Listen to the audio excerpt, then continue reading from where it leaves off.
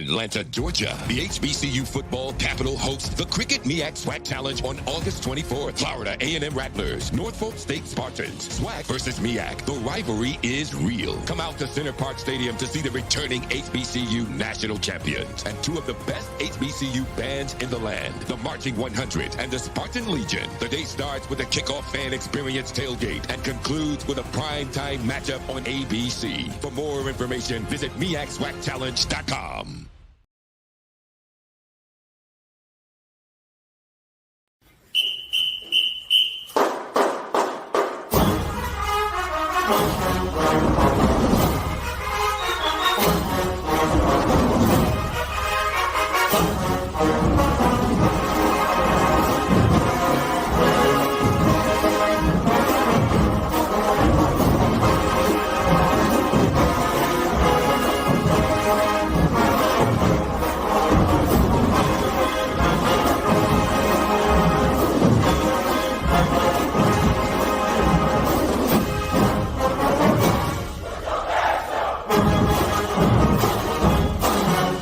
We're going to Florida, and we're going to bring you back a victory to Jackson.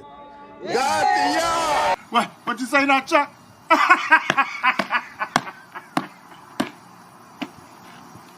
Man, you a plumb fool, man. Finally, the Rattlers are returning to the A, the Atlanta, city of Atlanta, home of championship dreams and caviar wishes. It's time for football season. Ladies and gentlemen, boys and girls, welcome to the O&G Strike Zone. Bryan Fulford and Kelvin Rozier. And as you can see, we are plumb fool excited because it is football season, it's volleyball season. The long wait is over. Being in the desert with some of y'all who out there ain't won a damn thing over the past 8 months. Well, now it's time. It is time for the Rattlers to show out and show up. Kelvin, how you feeling, man? You're on mute. You're on mute. I'm not hearing you.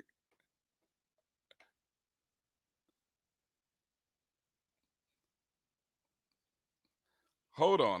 I'm not hearing Kelvin. Why aren't I hearing Kelvin? Kelvin, are you here? I'm not hearing you. Why aren't I hearing you? What about now? Oh, there we go. See, you probably had a great intro, and it's like, go ahead. Hold on. I'm going to redo the show. Let's restart the show. I had that great setup. Anyway, go ahead. Restate what you were saying, Kelvin. I know it's probably exciting. Go ahead. No, man. I am excited, man. I'm going to Atlanta. I'm leaving tomorrow because I get to watch all my favorite teams this weekend, right? Uh-oh. So I'm going to watch the Braves tomorrow. I'm going to watch the Falcons on Friday. And then I get to watch my Rattlers on Saturday, man. So I am ecstatic. I'm on sports overload. Man, there's no better time to be in the A. I really wanted to do a similar thing. I really wanted to roll into Atlanta in the same similar fashion. But alas, I'm gonna have to. I'll settle with jumping in and getting in town sometime Friday midday or afternoon, and then we'll kind of go from there. So welcome to the O&G Strike Zone. Bryan Fulford, Kelvin Rozier, and none other than our guy Marcus Green. Marcus Green, woo! Sliding on in. Hey. I got nothing but love for you, baby. Eddie Kane Jr., y'all. Marcus, how you doing, my man? What's good with you? How you feeling? Oh, man. Gonna hop the plane tomorrow morning. We'll be back in the crib. And then gonna see the Rattlers play on Saturday. So I'm doing great. Hey, it's always a good thing. Look, the last time the O&G all got together in one site, I think it was the A, wasn't it? Was it the A? Yep. It was. It was the A back in December. So you all who are in Atlanta, you will get a chance to see all of us live and in person together. I don't know what one spot outside of the game we will be, but we will be somewhere all together in one spot. So make sure you're following the O&G Strike Zone on Facebook, on X, on Instagram, our YouTube channel. Of course, we're part of the Black College Sports Network right here on the Jericho Broadcast Networks.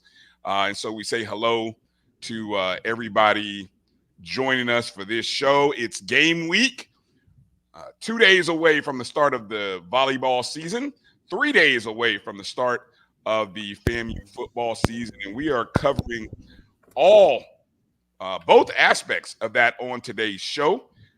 Coming up at the bottom of hour one, we get to say welcome home to the two-time SWAC Volleyball Player of the Year, who's now an assistant coach, none other than the Queen, Miss Dominique Washington. She will be joining us at the bottom of the hour. Okay. Maybe. And I'm so nervous now. And then at the top of hour two, as we get ready to break down this FAMU Norfolk State game in the MEAC-SWAC Challenge in Atlanta, Georgia, we will have what we always like to do the last couple of years is we've had guests from our opposing teams come on the show to give you guys a good perspective of their side of the ball. So for Mike Elely, a.k.a. Spartan Head, from those of you who are familiar with the MEAC fans board, he will come on at the top of hour one to really give us – look, they're making news, man. Norfolk State is making news this week just like we are. So we will get a chance to talk to him and get that perspective from the other side of the ball, as we like to do. And then, of course, we got a lot of news and notes to talk about regarding this season. So, before we get into that, we always like to say the hellos. Let me kind of get a couple of things here squared away that I didn't previously, and we will say hello to the family that's joining us in the EA. Don't start. EA already started. But I tell you what. Want to encourage any and everybody who would like to donate to the show. You can do so in a couple of different ways. That Cash App there at the bottom. You can donate $MyJBN, MyBCSN is how you can donate. Or if you happen to be watching the show on our Jericho Broadcast Networks page, you can donate in two different ways. You could always drop a super chat in the feed, or you can come on and play a bigger role in what we do in the Black College Sports Network and join the YouTube channel. Join our YouTube channel there on JBN, and we'll be doing some exclusive things for members. Promise we will. Some merchandise, all kinds of good stuff will be coming up soon. So want to encourage and say thank you to everybody who does support and is a supporter, and we could always use some more. So the collection plate is out here in the first segment, so y'all go ahead and feel free to drop a bucket, a dollar or two, if you can, when you can. All right, so let's go ahead and say hello to the family who's jumping in via the chat. Jimmy Mack has jumped in. I believe Jimmy Mack, one of the newer subscribers to our JBN channel. So thank you, Jimmy, for joining us. Woo! Exactly. Exciting times indeed. There's Kelvin jumping in, saying hello to everybody. Whoa, way to go, Kelvin. Bull checking in. All right. What's up, Bull? Amen. Good to see you, Bull. Thanks for coming in as well. He's ready. Ken checking in. Good to see you, Ken. What's up, Ken? My brother checking in. That's right. And another one checking in. Checking in. All right. Coach Ferrasi Norman coming in. Appreciate Coach. Hopefully you guys got a chance to check out the BCSN Sports Wrap on Sunday. Coach did a great job filling in for me once I caught my plane out of Norfolk after I did a little bit of scouting. And I can say, fellas, there was not a bit of news prior to. Now, remember, I was in Norfolk on Sunday, so the news that hit on Monday hadn't dropped yet. But trust me, it was quiet in Norfolk about the game. I don't even know if they knew the game was happening, to be honest with you. So, yeah, so that's just kind of what was going on there. Demetra Offer, we say hello to you. Let's see. I agree, Tony. 10 in, 4 likes. Let's get those likes up. Appreciate you, Tony, for spotting that out. Gail checking in. Appreciate you, Gail, checking in from What's up, Gail? Cleveland, maybe? I don't know. Yeah. Might be anywhere. Marcus, a JBN Macon's subscriber. finest. I'm sorry, say that again. Macon's finest. All right. Marvin Allen. Hello, Marvin. Duval. Yeah. Meredith checking in. Hey, Meredith. 850. Another JBN subscriber. Appreciate you, Meredith. Ezekiel Love checking What's in. up, That's Zeke? right. Time to beat down on Norfolk State. Indeed. Mary 305. Hey, Mary. Hey, Auntie. Ron Jab Williams. All right. What's up, Raptors. Jab? Appreciate you checking in. Little baby coming in. Good to see you, little What's baby. up, big little baby? Chuck Hunt Tennessee. checking in from Nashville. Monroe, Louisiana. Exactly. Hello. Appreciate you coming in. Hello, always. James Austin checking in. He's already in the A. He's already there. We coming there. We coming. He excited. We set the coming. stage. We coming, James. Hold it down. Don't tear the city up before we get there. Montre Bennett in the house. What up, Montre? Hey, good to see you. Sam Gilbert. What's up, Sam? From Albany. Man. Let's see. EA said. EA. He took the picture. You got him. It was him. I did not take the picture. No, that was not me, EA. Go on somewhere with that foolishness. Tamara T, thank you for being a JBN subscriber. All right. Good to see you. My BCSN brother, AD Drew, checking in. What's up, Drew? Amen. Good to see you. JT. What's good, JT? JT. All right. Rick Kinsey checking in. Mr. Rattler, congratulations. Amen. Looking forward to your induction. All right. Yes, indeed. And the golf team appreciates you, and we appreciate you for all you do for FAMU. Amen. Watch JD TV. Big Snake Energy, indeed. What's up, JDT? Good to see Ashley Coleman. Fang Exchange. What's up, Fang Exchange? Great job today in the 220 Club. Great job, Ashley, for checking in with the 220 Club today. If you guys missed it, go check our Twitter feed. We did retweet it from earlier this afternoon. 220 Club, of course, Coach Cozy was in the building. Ashley was there, and it was good stuff. So we'll talk about fundraising. Interesting article that came out by Gerald Thomas, GT3. Earlier in the week regarding a fundraising group that I wasn't honestly aware of, but it brings up an interesting question that I think we all need to ask ourselves about where we're going, where we're heading. Dwayne Sweet checking in. What up, Sweet? What's up, Duval? Thank you for being a JBN subscriber, Sweet. B Starks, another JBN subscriber. Thank you as well. What's up, B Starks? Exactly. The boss checking in. Another Rattler. What's up, Roy? I want to remind everybody about our Friday event. Hold on, let me make sure, speaking of which, let me make sure I have the graphic up. Do I have the graphic? All right, so while the boss is in the building, so I want to remind everybody, there's the info. Hold on, let me get the thing out of the way there, because that kind of detracts from it a little bit. I want to remind everybody, coming up on Friday, we will be doing a BCSN Game Time Live pre-show right next to the stadium at Bullpen Ribs and Barbecue, 4 o'clock to 7 p.m. Okay, now I'm supposed to be there. I'm praying that if I get out the house in time, I will be there for this. I promise. Kelvin, Marcus, hopefully they will be there as well. I'm putting that on them live on the air. But anyway, you can come over 4 p.m. to 7. Obviously Bullpen Ribs and Barbecue. I mean, when I say Pollard Boulevard is right next to the stadium. Literally, you can stand in the parking lot and throw a rock, if you have a good arm, and hit the side of Center Park Stadium.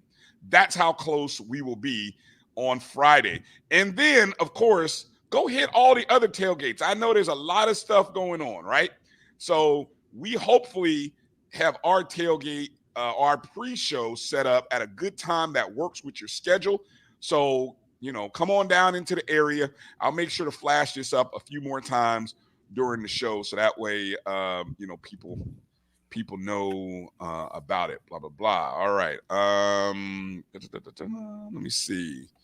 Going through the comments. Hey, Dr. Lori checking in. What's up, Doc's in the studio. Appreciate you, Doc. She's on the prowl in the chats. Appreciate you.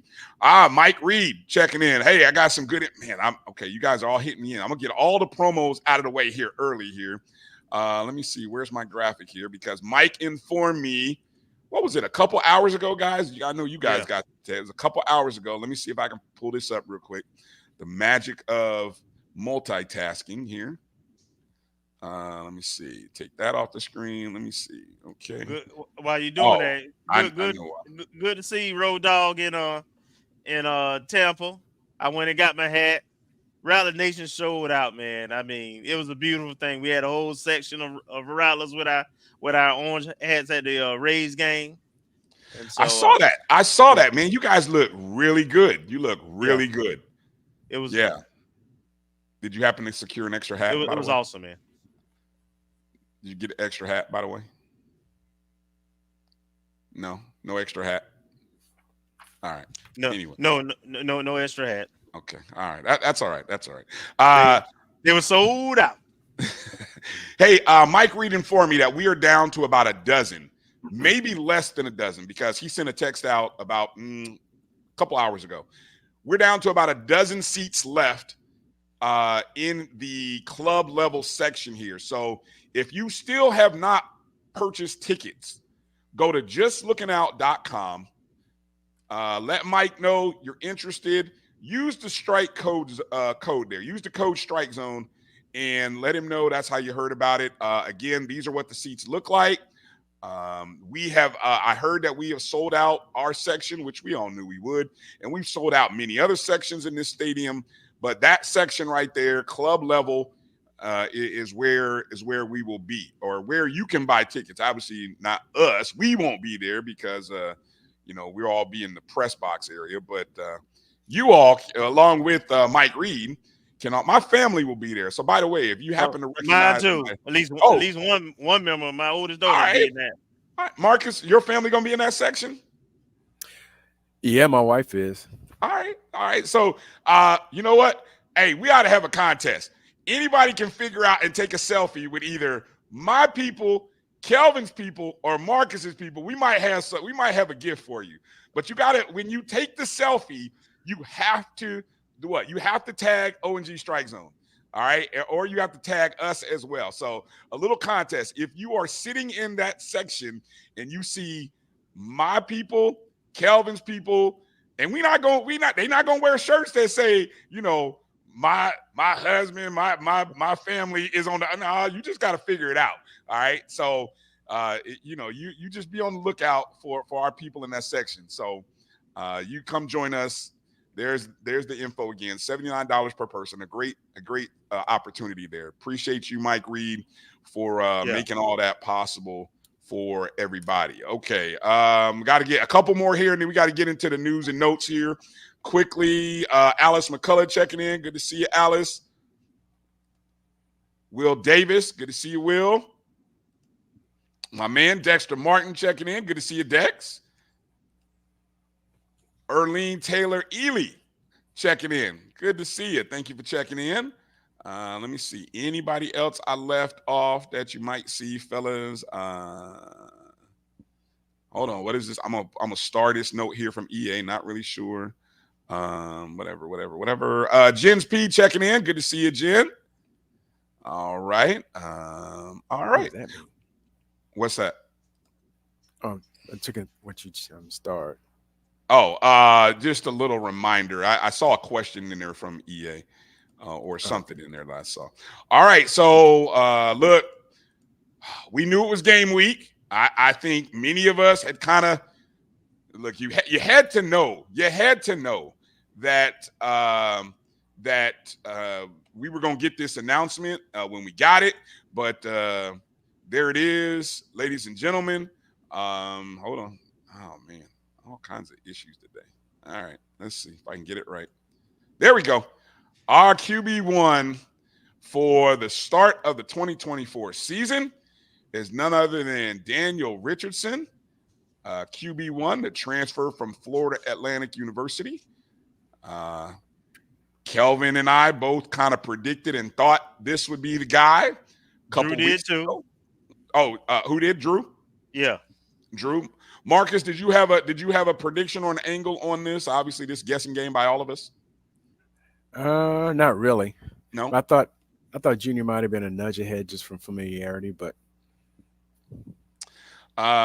before I ask you guys anything that you've heard from Coach over the last couple of days in the obviously the press conference, obviously they did the coaches show Monday night. He had the 220 club today. So I'll come to you guys with anything you might have heard as to why he made the decision. But just to let people know some of the career stats by Daniel Richardson. And if you look at these career stats, what I see when I look at his last 3 full seasons. Now, again, 2023, he was at Florida Atlantic University. 2022 and 21, he was playing at Central Michigan University. Pretty much started the entire season at his previous 3 years. And so you can kind of see last year at FAU, what impressed me the most was the completion percentage, the 65%. Now, I know a lot of people made a lot of notes about the 10 interceptions to 13 touchdowns. And okay, granted, I get it. But that was sort of an aberration, I think. If you look at the 2 previous years at Central Michigan, he just threw 5 interceptions against 23 and 15 touchdowns in those seasons. And still, you know, the 1 year he had a completion percentage of 61. The other one's about 56. So, you know, I think there's a lot of positives in Daniel Richardson being the starter, coming in with the experience.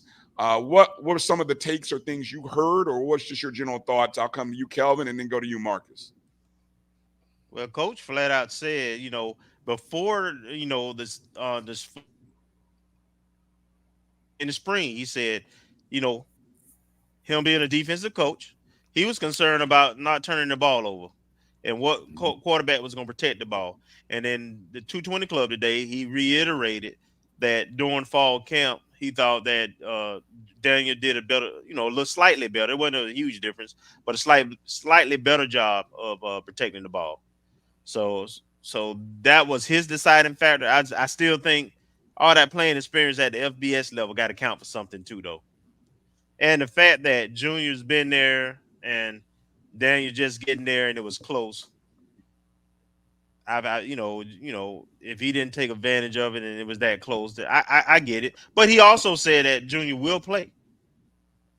In spite of saying to us that, you know, he wasn't going to do 2 quarterbacks, he did acknowledge today that at some point in the game, the plan is to play Junior. So best of both worlds.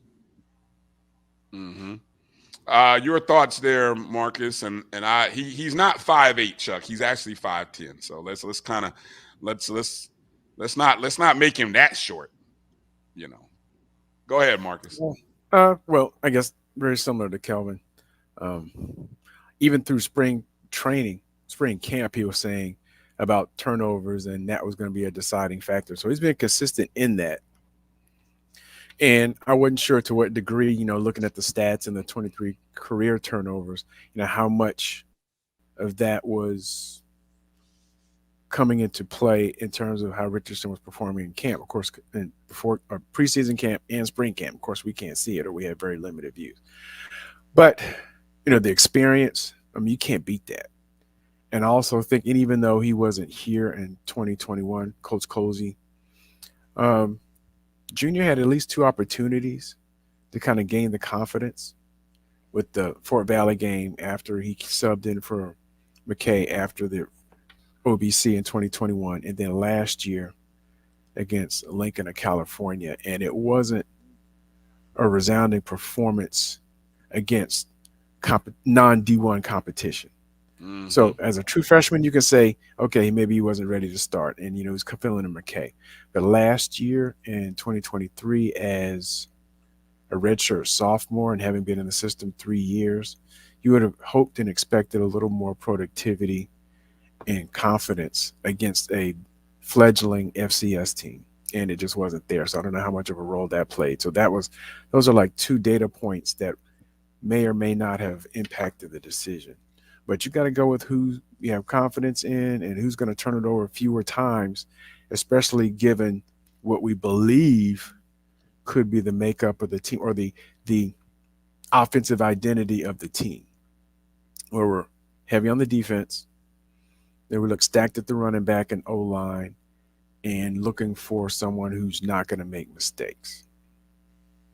Isn't it interesting to hear? This is, I think, the difference that we can already glean from having a head coach that comes with a defensive background versus, I think, the offensive-minded coach that we had the last few years, is that hearing Colsey talk about how he wanted to make sure he had a quarterback who took care of the ball more.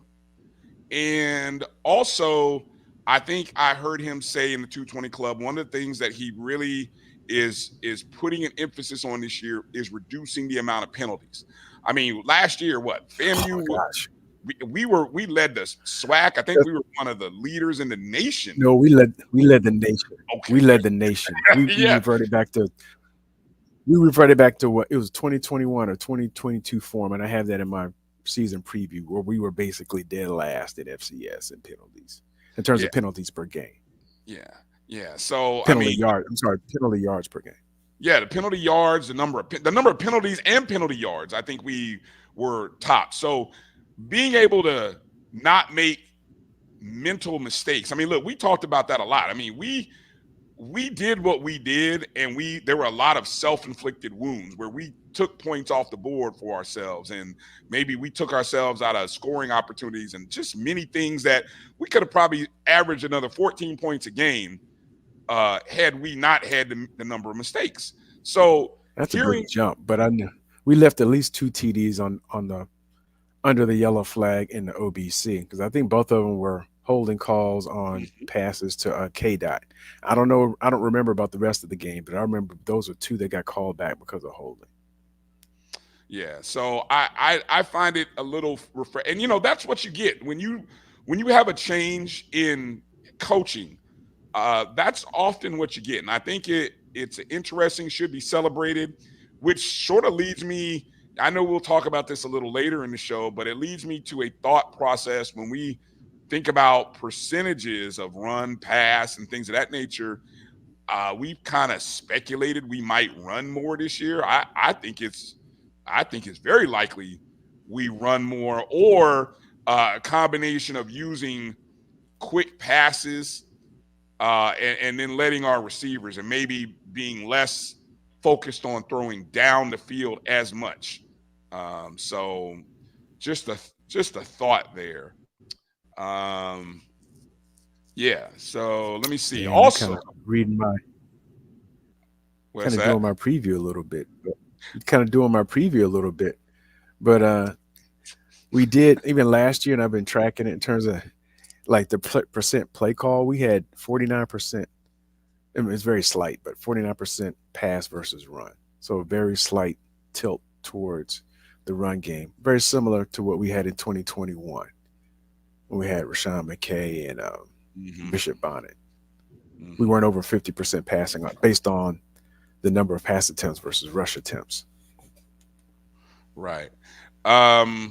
Another thing that kind of came out this week, and I don't want to get too deep in the woods. I don't know, Marcus, did you happen to catch Kelvin's note? Are we confirmed for the second later in this hour, or are we where are we on that thing? I don't know if you want to check the chat message there, but I will bring up. No, I hadn't gotten any confirmation. No response. Okay. All right then. We'll put it in the etherverse, in the universe then, and maybe it'll happen. But we hope that happens. Let's do this. Let's take a short break, and then come back on the other side and kind of break down a little bit more. We either get more into the depth chart, which also came out early this week. A few surprises there, which had some people like, really? So we'll talk about the depth chart on both sides of the ball, and if we have our our coach, Dominique Washington, at the bottom of the hour. We will come in with her. If not, we'll definitely get into talking about the preview of the 2024 volleyball season, which starts on Friday. Hang in there with us. You're watching the O&G Strike Zone right here on the Black College Sports Network. We'll be back in just a moment. If you think all pads are exactly the same, think again. This is Always Ultra Thins reinvented with the Always Triple Protection System. This pad wicks gushes 90% faster, absorbs even more so you can feel dry, and locks odors in. Rethink your pad for up to 100% leak-free and odor-free comfort with the totally reinvented Always Ultra Thins. This is always like never before. The Cuvée Group is a Florida-based marketing and training consulting firm. We help businesses communicate to their target audience and engage them in conversation. We also help to expand their audiences, which will ultimately result in growth for those organizations. In addition to being a certified constant contact specialist, my colleagues and I are also certified in John Maxwell Leadership Principles. We use these proven principles to conduct workshops, training, and private coaching sessions for individuals and companies looking to take things to the next level. Contact us to schedule a free consultation. Issues today, don't delay, call Cuvée. Nope. Nope. Come on, him? Ooh, I like him.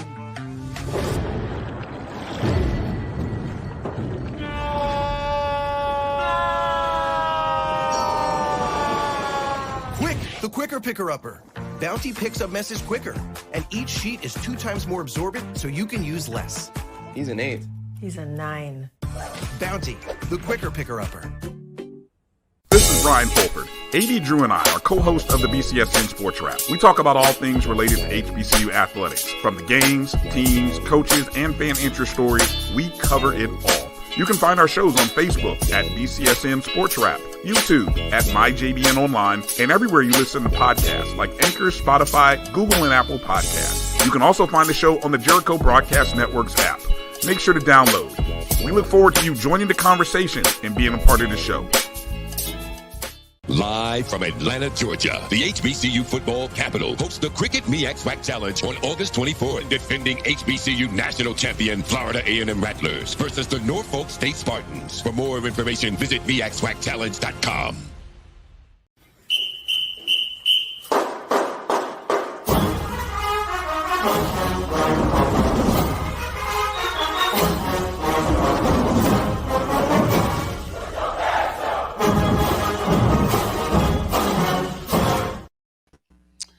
All right, welcome back to the O&G Strike Zone.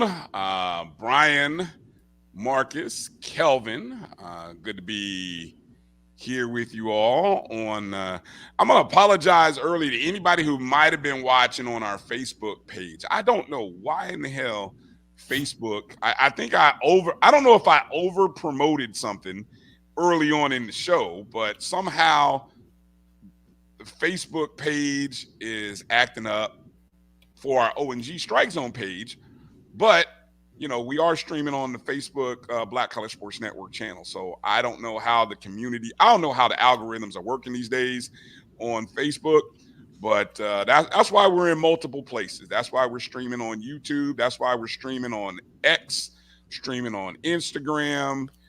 We try to be in as many places as where the people are. So hopefully, to any of our family who might have been watching on Facebook, we apologize that you got bumped off, but I don't know. I'll try to figure out what's happening there. Let me see. Any other questions that have come up here during the? You guys happen to catch anything in the chats? Okay, let's kind of go to some other interesting news and nuggets that kind of came out of the depth chart being released. And I think it's really interesting when we take a look at this group right here. this running back group right here. I think what was most fascinating when you look at this group is that obviously, friend of the program, Kelvin Dean, the Celebration Bowl offensive MVP. Of course, those of you make sure who are in Tallahassee, go ahead and go to your Krispy Kreme and ask for the Dean dozen. Shout out to Kelvin Dean.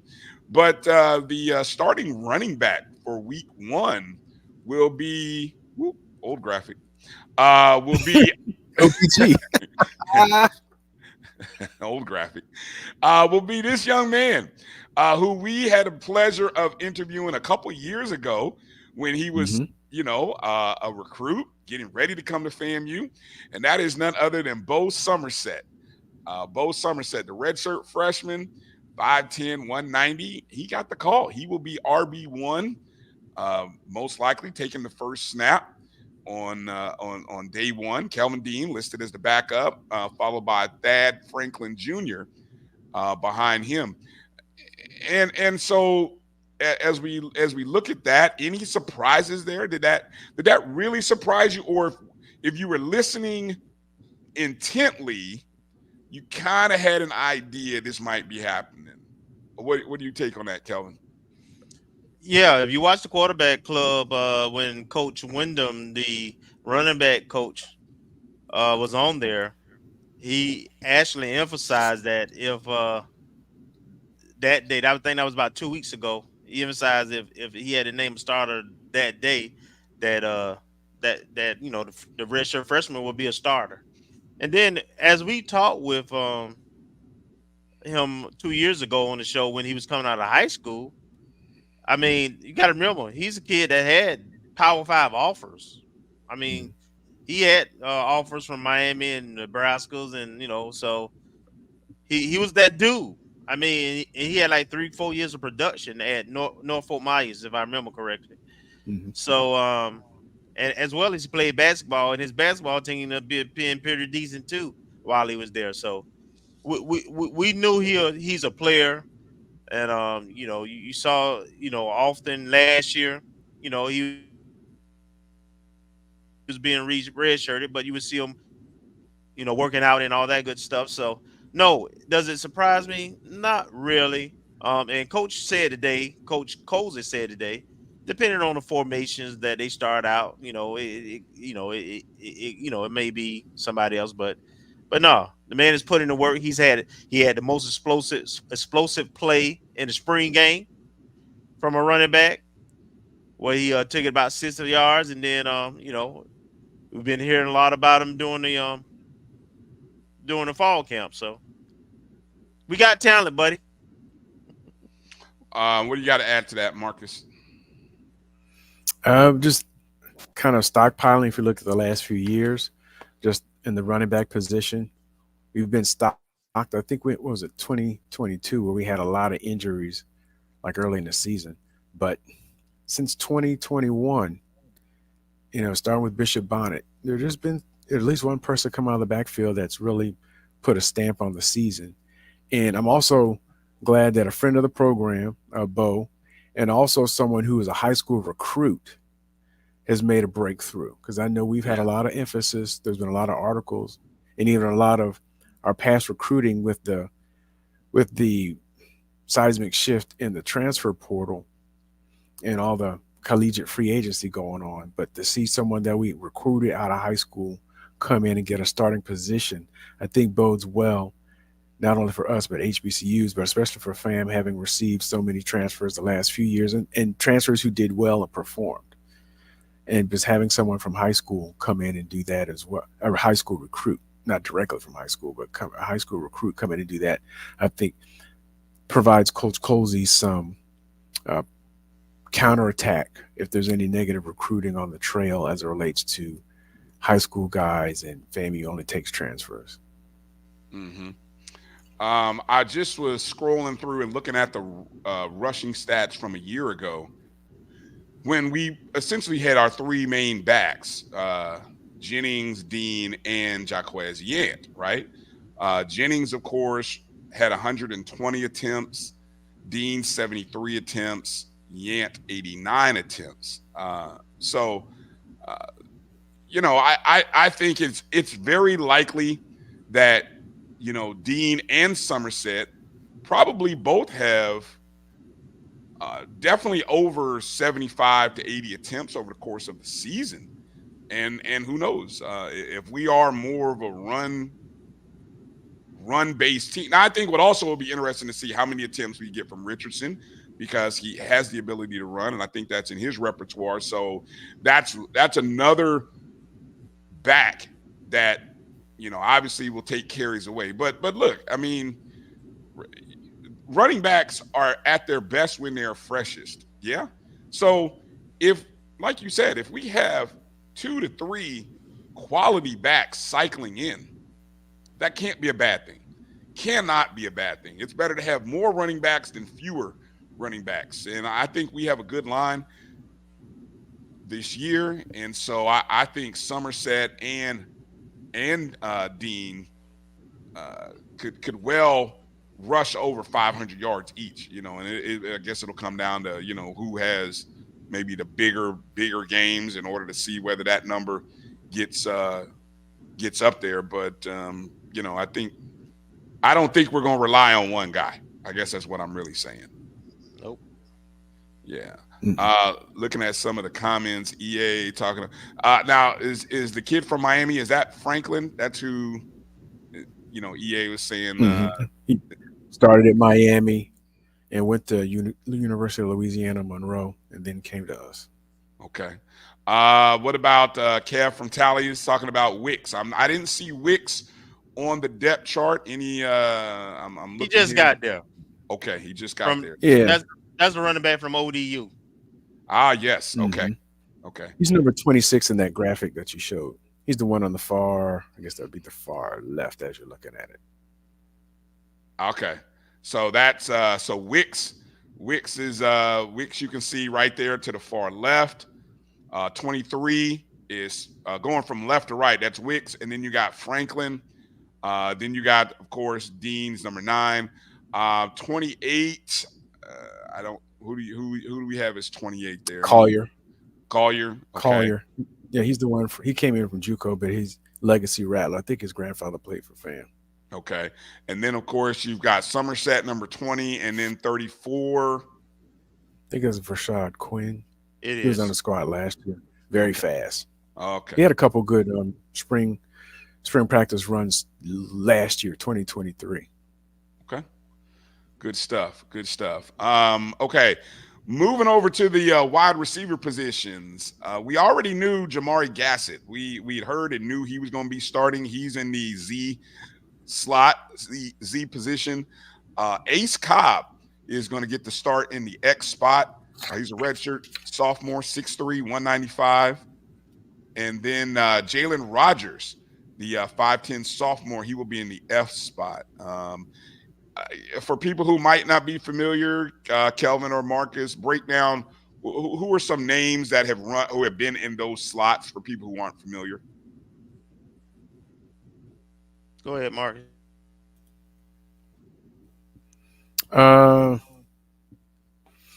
I guess it says X. Did you say X, Z, and F? Yeah, X, Z, and F. So X is Ace Cobb, the F is Jalen Rogers, and the Z is Jamari Gassett.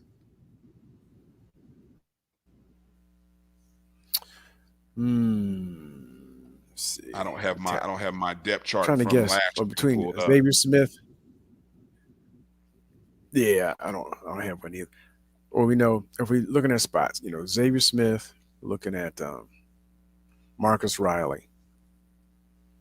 So typically, I guess the X is out wide. So it could be one or the other, either Riley or someone like gosh, I can't think of his name. My homeboy from Decatur. Dang, can't think of his name right now. I'm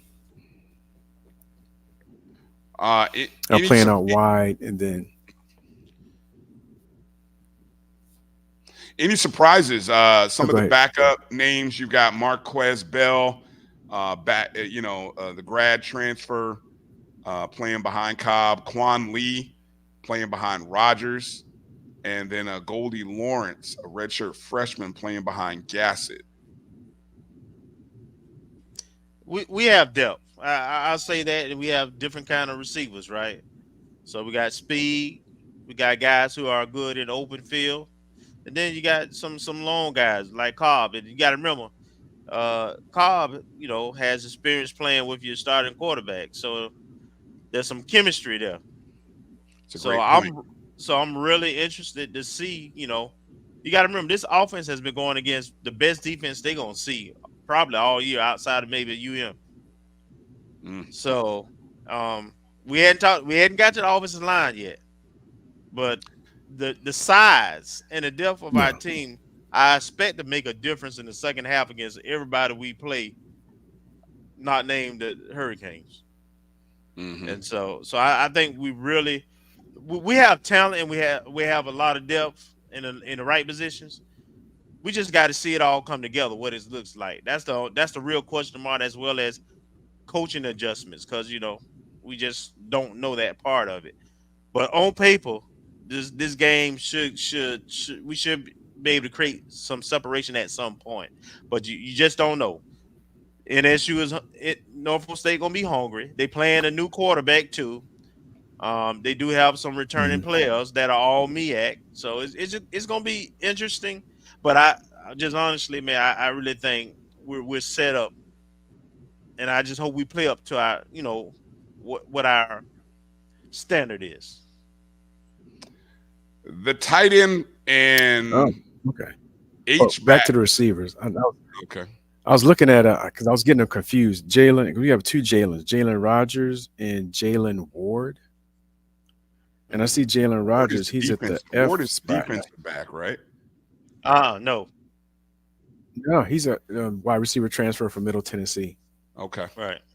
I know we got about 3 or 4 Jalen's on the doggone team, so I'm like, yeah. And I was just looking at it, and when I first saw it, I saw Jalen Rogers. He's the speedster. I think he came from Tulane, but I want to say he's from either Miami Northwestern or one of the schools in Dade County. And I thought it was the other Jalen, because he's a little bigger. He's like 6'2", 6'3". This one, Jalen Rogers, I think is more like 5'9", 5'10", but fast.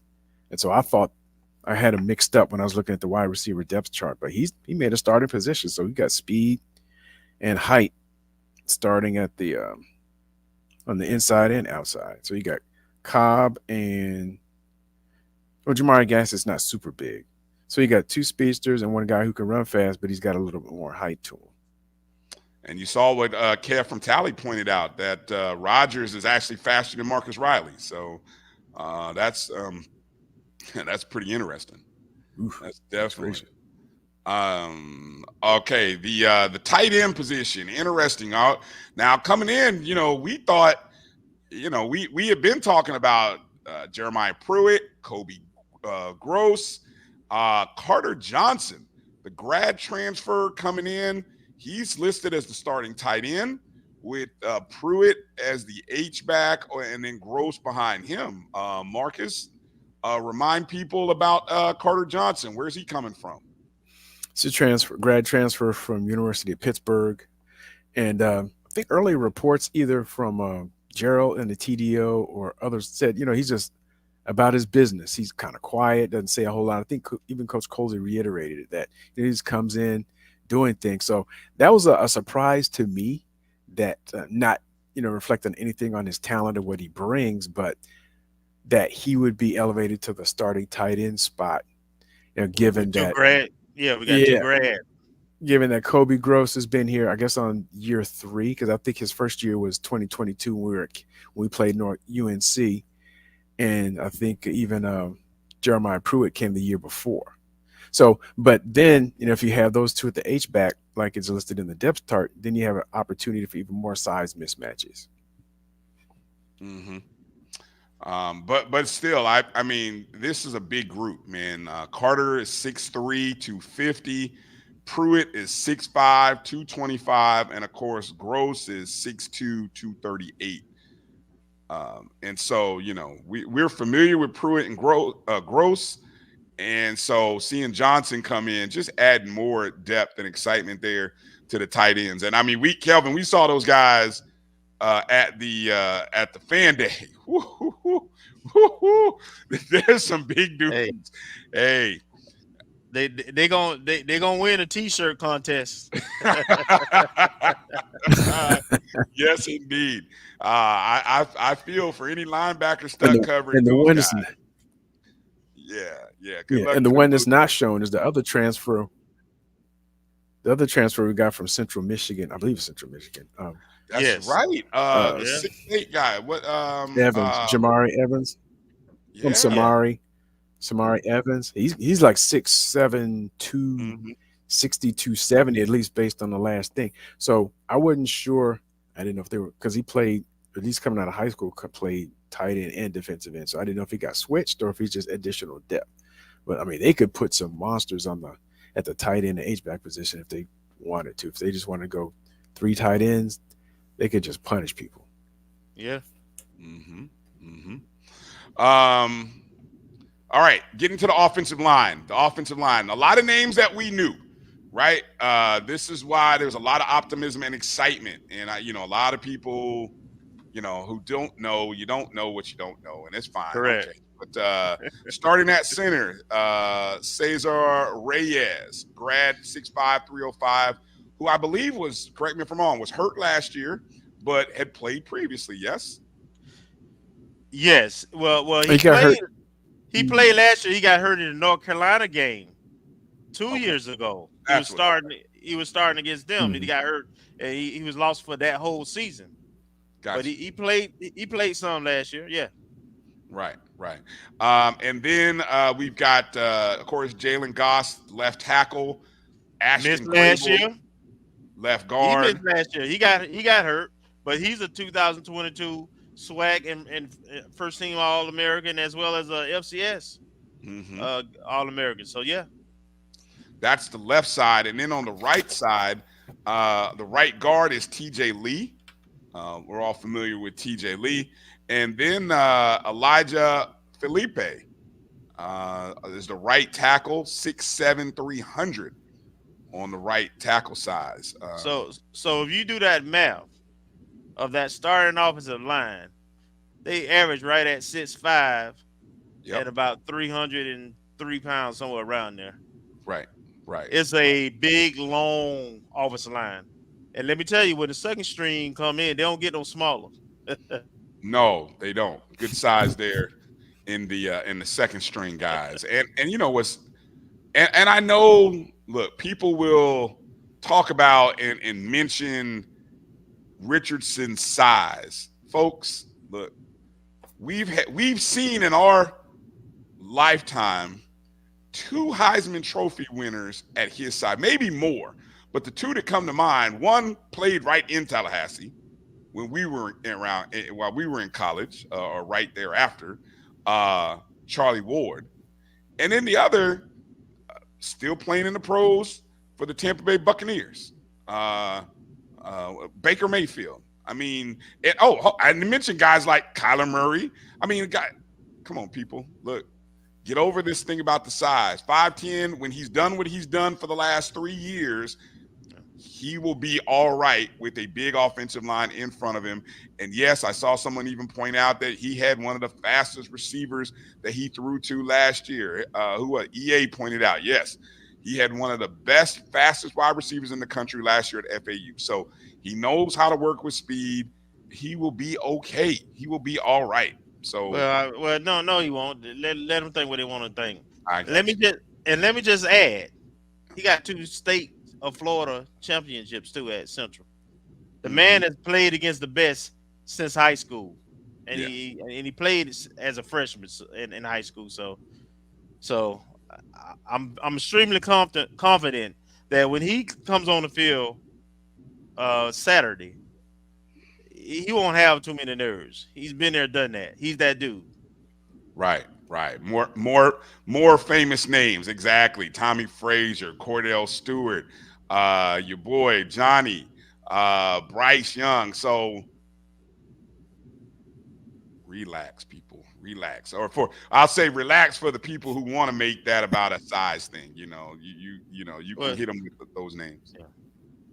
Well, All right. the play on the field is going to determine it anyway. So Exactly. All right, jumping over to the defensive side of the ball with the depth chart. The upfront starters, of course, those of you who may not be familiar, we run a what is it? A 4-2-5. 4-2-5, correct? So with the 4-2-5, on the defensive end, you've got Davian Westmoreland, who's a grad student, 6'4", 255. On the other side, on the end, in the Fang position, that's Alan Smith Jr., who we talked to Alan at the Fan Day. Alan Smith, 6'3", 230, every bit of it, no doubt. And then in the middle, this is where I'm really excited about these two dudes. James Ash, the grad student, 6'3", 275, and Cameron Donald, 6'1", 300, the grad students. Any comments, or before we move off the front four, what's your thoughts on this front four, guys? Well, coach has talked a lot about. I mean, I don't think he's done an interview and not mentioned Moreland, Westmoreland. So, and of course, Big Ash, his experience coming back, and Alan Smith. And our defense has, frankly, gotten better at the offense most of the time during fall camp. We still running the same schemes. We got a new defensive coordinator calling the scheme, but he's been there. And by all accounts, we know our back end is very strong. I think, in the middle, in terms of linebackers, the starters are there. But I do know we got at least one guy who might be a little banged up and another one that's probably out. But overall, the defense, the standard is the standard, as Smitty Rock always said. And where we separate from all the other teams, all these other folks predicted doom and gloom about us being back to the pad because because coach is not there. Well, we won not because of offense last year. We won because of defense, and the Dark Cloud defense. Is a championship program. Those guys have a lot of pride, and I expect more of the same, frankly. Marcus, want to add anything here before I move into the linebackers and secondary? No, I'd still wish we had one or two more defensive linemen, especially developmental. But other than that, I mean, they're looking to continue what they've been doing the last few years since, especially since 2021. Just making sure the defensive line is stout and causing problems across the board for the other opposing offense. And I will say, when you look at the two deep and just the experience, I mean, we've got 4-year or more. I mean, you've got a couple of seniors, you got a couple of redshirt juniors. There's no like freshmen. You talk about wanting more development guys, but look, that front, the top 8 guys, the two deep, I mean, those are veteran experience players. Mm-hmm. So yes, yeah. So I think that bodes well for what we got up front. Well, that's our team in general. The guys we brought in, and Coach talked about it, the philosophy in bringing in transfers was, you wanted guys who come in, contribute right away, compete right away, provide depth right away. So we talked last year about having, around whatever it was, potential players that we were going to lose. And we replaced them with light guys, right? We still got probably 30 plus seniors and grads this year. So, yeah, we got some new players, but they're experienced new players too. Mm-hmm. And you notice a lot of the transfers were hitting the respective position groups that we talked about in the 2023 preview, to echo what Kelvin said. In terms of the team, the groups that were going to get hit hard by graduation, like the defensive line and the wide receivers, where we had a lot of senior experience and people coming off the books and getting their degrees. And then, we had the 2 additional key transfers over the spring that impacted the depth. But Coach Colsey did say in more than one interview that they were looking for folks who had the same characteristics and playing ability and talent as what they lost. And I think they went about going to do that. And we'll see how things transition in on gameplay, but on paper, it looks like they were successful. The linebackers, the two linebackers in the striker position is now Eric Horn, grad student, 6'2", 225, wearing number 5. And behind him, good friend of the program, Nayron Jenkins, right behind him, getting that backup striker position. The middle linebacker is number 20, Jerome Nichols, the grad transfer, I believe, from Michigan, if I'm not mistaken, right? Yep. Yeah. Yes. 6'2", 225. And Jaron Fox, who the grad transfer, I believe, from Mississippi Valley State, is backing up him. So that's a pretty good group there. All right, the secondary.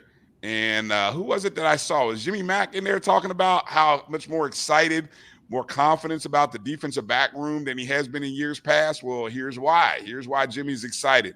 In the star position, you got Jamil Sanders, a redshirt junior, 6'2", 205.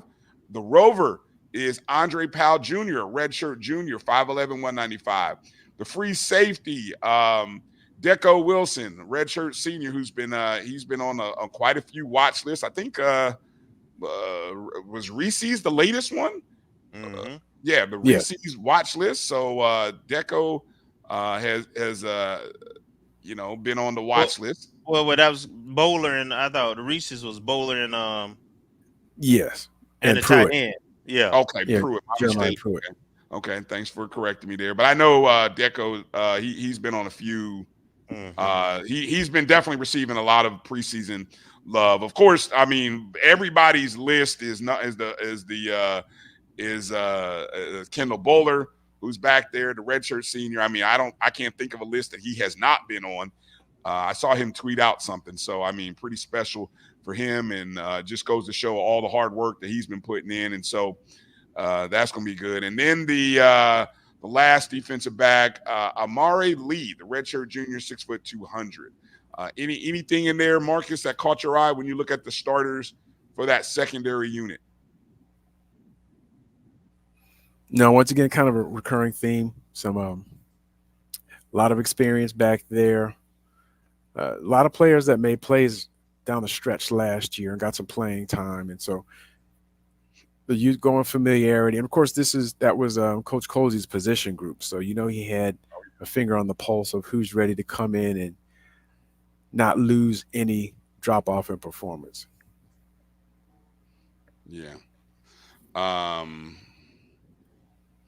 EA said so. The 5-star from Florida State not starting. Yes, no, that was Demore Tate and Corey Collier. I mean, they were very two highly touted transfers to come in that were 5-star, and I believe 4-star respectively coming out of high school. Neither on the two deep. Neither on the two deep either. Nope. By the way, when I look at the backups, neither are there. Hey, a couple of things. I caught that. A couple of things to say. All right, the group is talented. Period. So iron sharpen iron.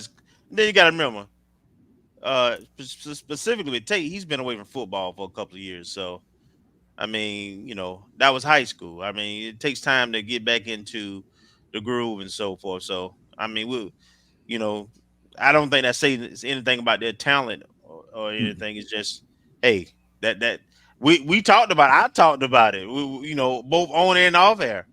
That our defensive backfield is by far, in my opinion, the best we've had in the last several years, collectively, because they're talented and they're fast and athletic. This is going to be an athletic backfield. I tell you what, be late with the pass if you want to. Yeah, for some reason I got a feeling we might be making, when we do our bold predictions, we might be throwing in I got a feeling every week somebody on this panel might be throwing in a pick six or two in their bold predictions. It's just a guess, just a wild guess, when I think about it. Okay, moving over to special teams here. Of course, a lot of these names are familiar staples. Let's see, the place kicker, our kicker is Cameron Gillis, backed up by Michael Smith. Our punter, Trey Wilhoit, backed up by Gunnar Trout. The long snapper, I'll tell you what, did you hear Coach Colsey talk about having a experience? I think it was Colsey, or it was either Colsey or Doc. Somebody at the 220 was talking about how great of a long snapper we have. Baylor Payan, I think I'm saying his name right. I'm sorry, Baylor, if I'm saying it right. And Vaughn, we got Vaughn in the chat room, so correct me if you heard this as well. But I heard Coach, or he was, like I said, it was either Colsey or Doc Gamble talking about the long snapper and how we have one of the better long snappers. He felt in the SWAC, so that was a definite plus to have. And so I did take note. You guys who are watching the 220 Club today, Coach Colsey was talking about making sure that our kicking game, especially on kickoffs and the coverage, we're on the same page. And I think we talked about this many a times, whether it be live at the field or on the show, where times we were like, what the hell is going on with our kickoff coverage? Well, apparently what Coach was saying is a lot of times, the coverage was set to go one way, the kick went the other way, and of course you end up with issues. So hopefully that's all been corrected and on the same page. And I did see that they made some adjustments last year in their schemes. I'm going to put this on wax right now. Kofi would definitely been putting it on wax. I was not a big fan of I understand it, but we ain't playing Dion every week. So, and with the caliber of talent that we have, I know Coach Coach was making a point that when we kicked it down the middle, we got ball return. I mean, if you think about how it had a couple of big returns against us in the Celebration Bowl, but we got out of the lanes and the coverage looked so bad trying to do the angle kicking. I'd rather take my chances. I put best players out there, make sure people stay their lanes and just kick it. And Mike Smith, he talked about it, got a big leg, so probably 50% of the time he's going to kick it out of the end zone anyway.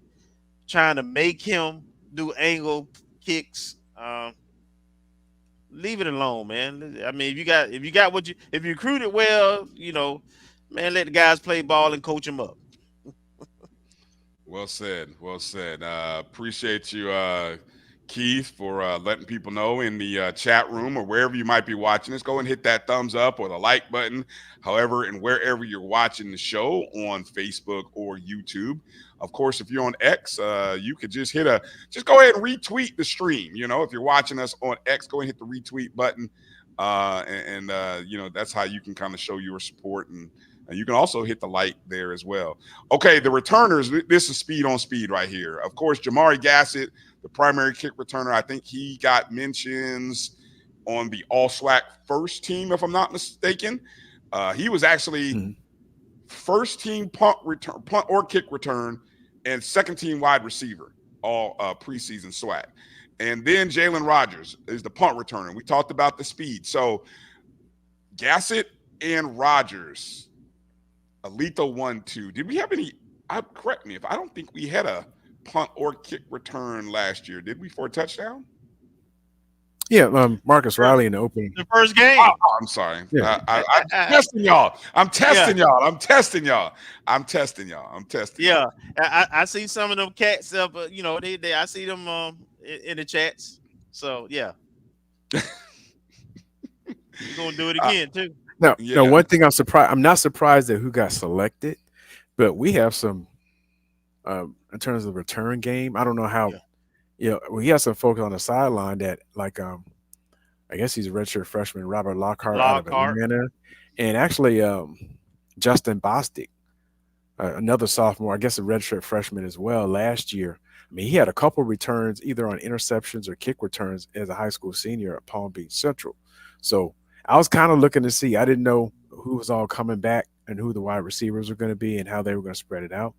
But I wasn't sure if I wouldn't have been surprised if they had got put in just to get some playing time and utilize what they showed in high school from a return standpoint, if they had gotten put in those positions. But I'm not, poo-pooing the decision to put Jalen Rogers and Jamari Gassett back there. Yeah. There's some great, a lot of these players, guys who, we talked about Jaron Fox, right? Right now is on number 2 on the backup linebacker, Phil Steele, preseason All-SWAC first-team player. We mentioned, of course, Gassett was a wide receiver and punt returner, not only on Phil Steele's preseason All-SWAC, but also voted in by the All-SWAC folks. James Ash up front was ranked Hero Sports 19th ranked defensive tackle in the nation. Just to name, that's just some of the things, some of the recognitions that our guys are receiving. Just a few nuggets before we go to our next break. When you look at total transfers, according to the numbers put together here by FAMU Athletics, we have 32 transfers coming into this season, 28 from the FBS level, 4 from FCS, and 12 of the 32 transfers came from Power 4 programs. So when you see that and you see the recognition that we're getting from the preseason, that's why. Plus a strong starting offensive line group, so on and so forth. 67 student athletes on the 24 roster from the state of Florida, with 10 guys being right there in the backyard of Tallahassee, Florida. So just to let you know sort of the makeup of the Rattlers. Okay, well, I think we've got our guests coming up shortly. So obviously, we've a lot of preseason accolades and rankings have been coming in for the Rattlers, but none more important than, now I will say this, as part of the Black College Sports Network, we don't do preseason polls. We don't do preseason. We like to try to wait until the season plays out a little bit, but we can make some bold predictions. And so the Black College Sports Network, if you caught the show on Sunday, AD Drew released the preseason top 5 computer rankings. And we do all our stuff computer ranked. We're not giving polls or opinions. We can give those ourselves. We just go off the numbers and the data. And the numbers and the data for this upcoming season say quite an interesting thing about how this season goes. So take note of the preseason BCSN top 5. Well, maybe it's more of a top 10. And when we come back out of this segment, we'll see if we have our guest, Mike Elely. If not, we can kind of start breaking down a little bit of the Norfolk State side of things, because they made some news over the past few days as well, with some decisions that I don't know if you could say were made for them or they made it themselves. I don't know, whichever one you want to say. But so hang in there. Watch this clip of the preseason BCSN top 10 for the upcoming 2024 season. All right, y'all. Now it's time for the BCSN top 5. But this year, we're going to give you the preseason top 10.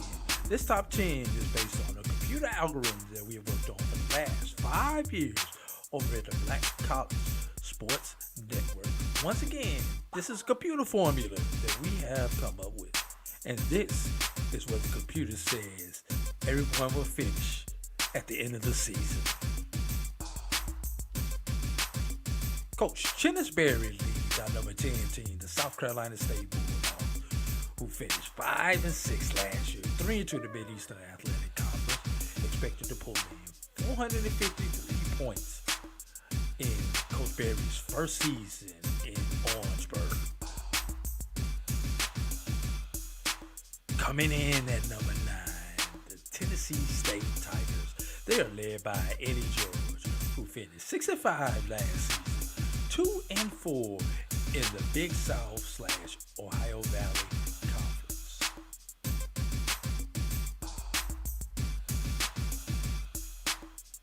David Wilson brings in the Morgan State Bears. Last season, they finished 4-6, 3-2 in the BCSN Athletic Conference. The computer says they're going to bring in 482 points this season. Coming in at number 7, first-year head coach Cedric Thomas brings in the Alcorn State Braves, who finished 7-4 last year, 6-2 in the Southwestern Conference, and they're expected to bring in 483 points this season. And coming in at number 6, Coach Eddie Robinson Jr. brings in the Alabama State Hornets. Last season, they finished 2-4, 5-3 in the Southwestern Athletic Conference. That was good for second place in the Eastern Division last season. Atlanta, Georgia. The HBCU football capital hosts the Cricket MEAC-SWAC Challenge on August 24th. Florida A&M Rattlers, Norfolk State Spartans. SWAC versus MEAC. The rivalry is real. Come out to Center Park Stadium to see the returning HBCU national champions and two of the best HBCU bands in the land, the Marching 100 and the Spartan Legion. The day starts with a kickoff fan experience tailgate and concludes with a primetime matchup on ABC. For more information, visit MEAC-SWACChallenge.com. All right, y'all. Now it's time for the top 5. Remember, once again, these are computer projections. Computer projections. We have ran the numbers. Now let's see what they look like.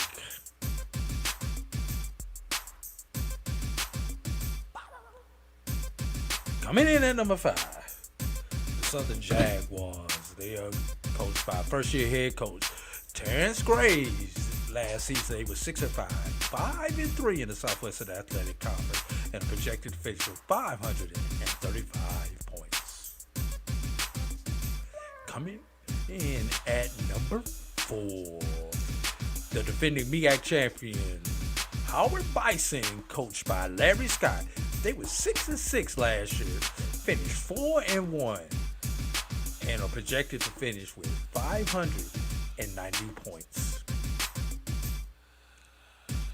Coming in at number 3, the North Carolina Central Eagles. The Eagles made the FCS playoffs last year. They are coached by Trey Oliver. They finished 5-3, 4-1 in the Mid-Eastern Athletic Conference and projected finish with 612 points. Coming in at number 2 in his second season, Coach T.C. Taylor brings in the Jackson State Tigers. Last season, they finished 7-4, 5-3 in the Southwestern Athletic Conference, looking to bring home 646 points.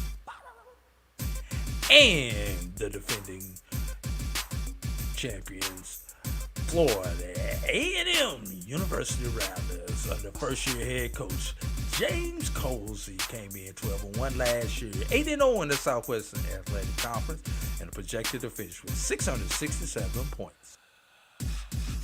And now, our full top 5 with our next 5 in the hunt. Good luck, everybody, on the 2024 football season.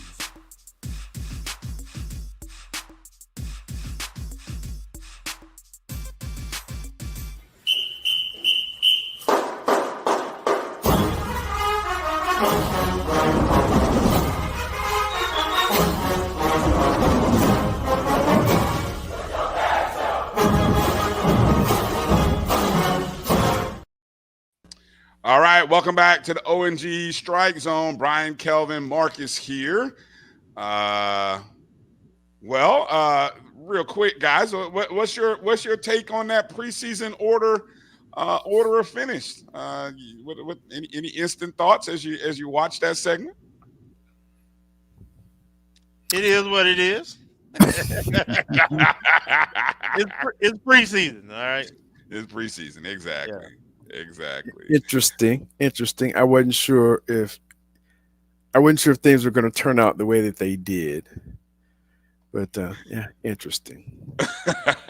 Hey, I like the fact though that I think I was the only HBCU poll, the one that you and Drew do, is the only one that's done strictly through algorithms. It's not like an opinion, human factor in it. Exactly. And sometimes that opens the door for a lot of criticism. But obviously we have claimed, or we have recognized champions in years when that team didn't win the Celebration Bowl. Jackson State more recently, the year they lost to South Carolina State. Of course, Florida A&M, the year that they did not make themselves eligible by their own accord, by the way. You know what I'm saying? So those kind of things happen. Exactly. EA pointing out the 2019 national champs. Jackson State we recognized them 2 years later in 22, I think it was, or 2 or 3 years later. So it happens when the numbers say what they say.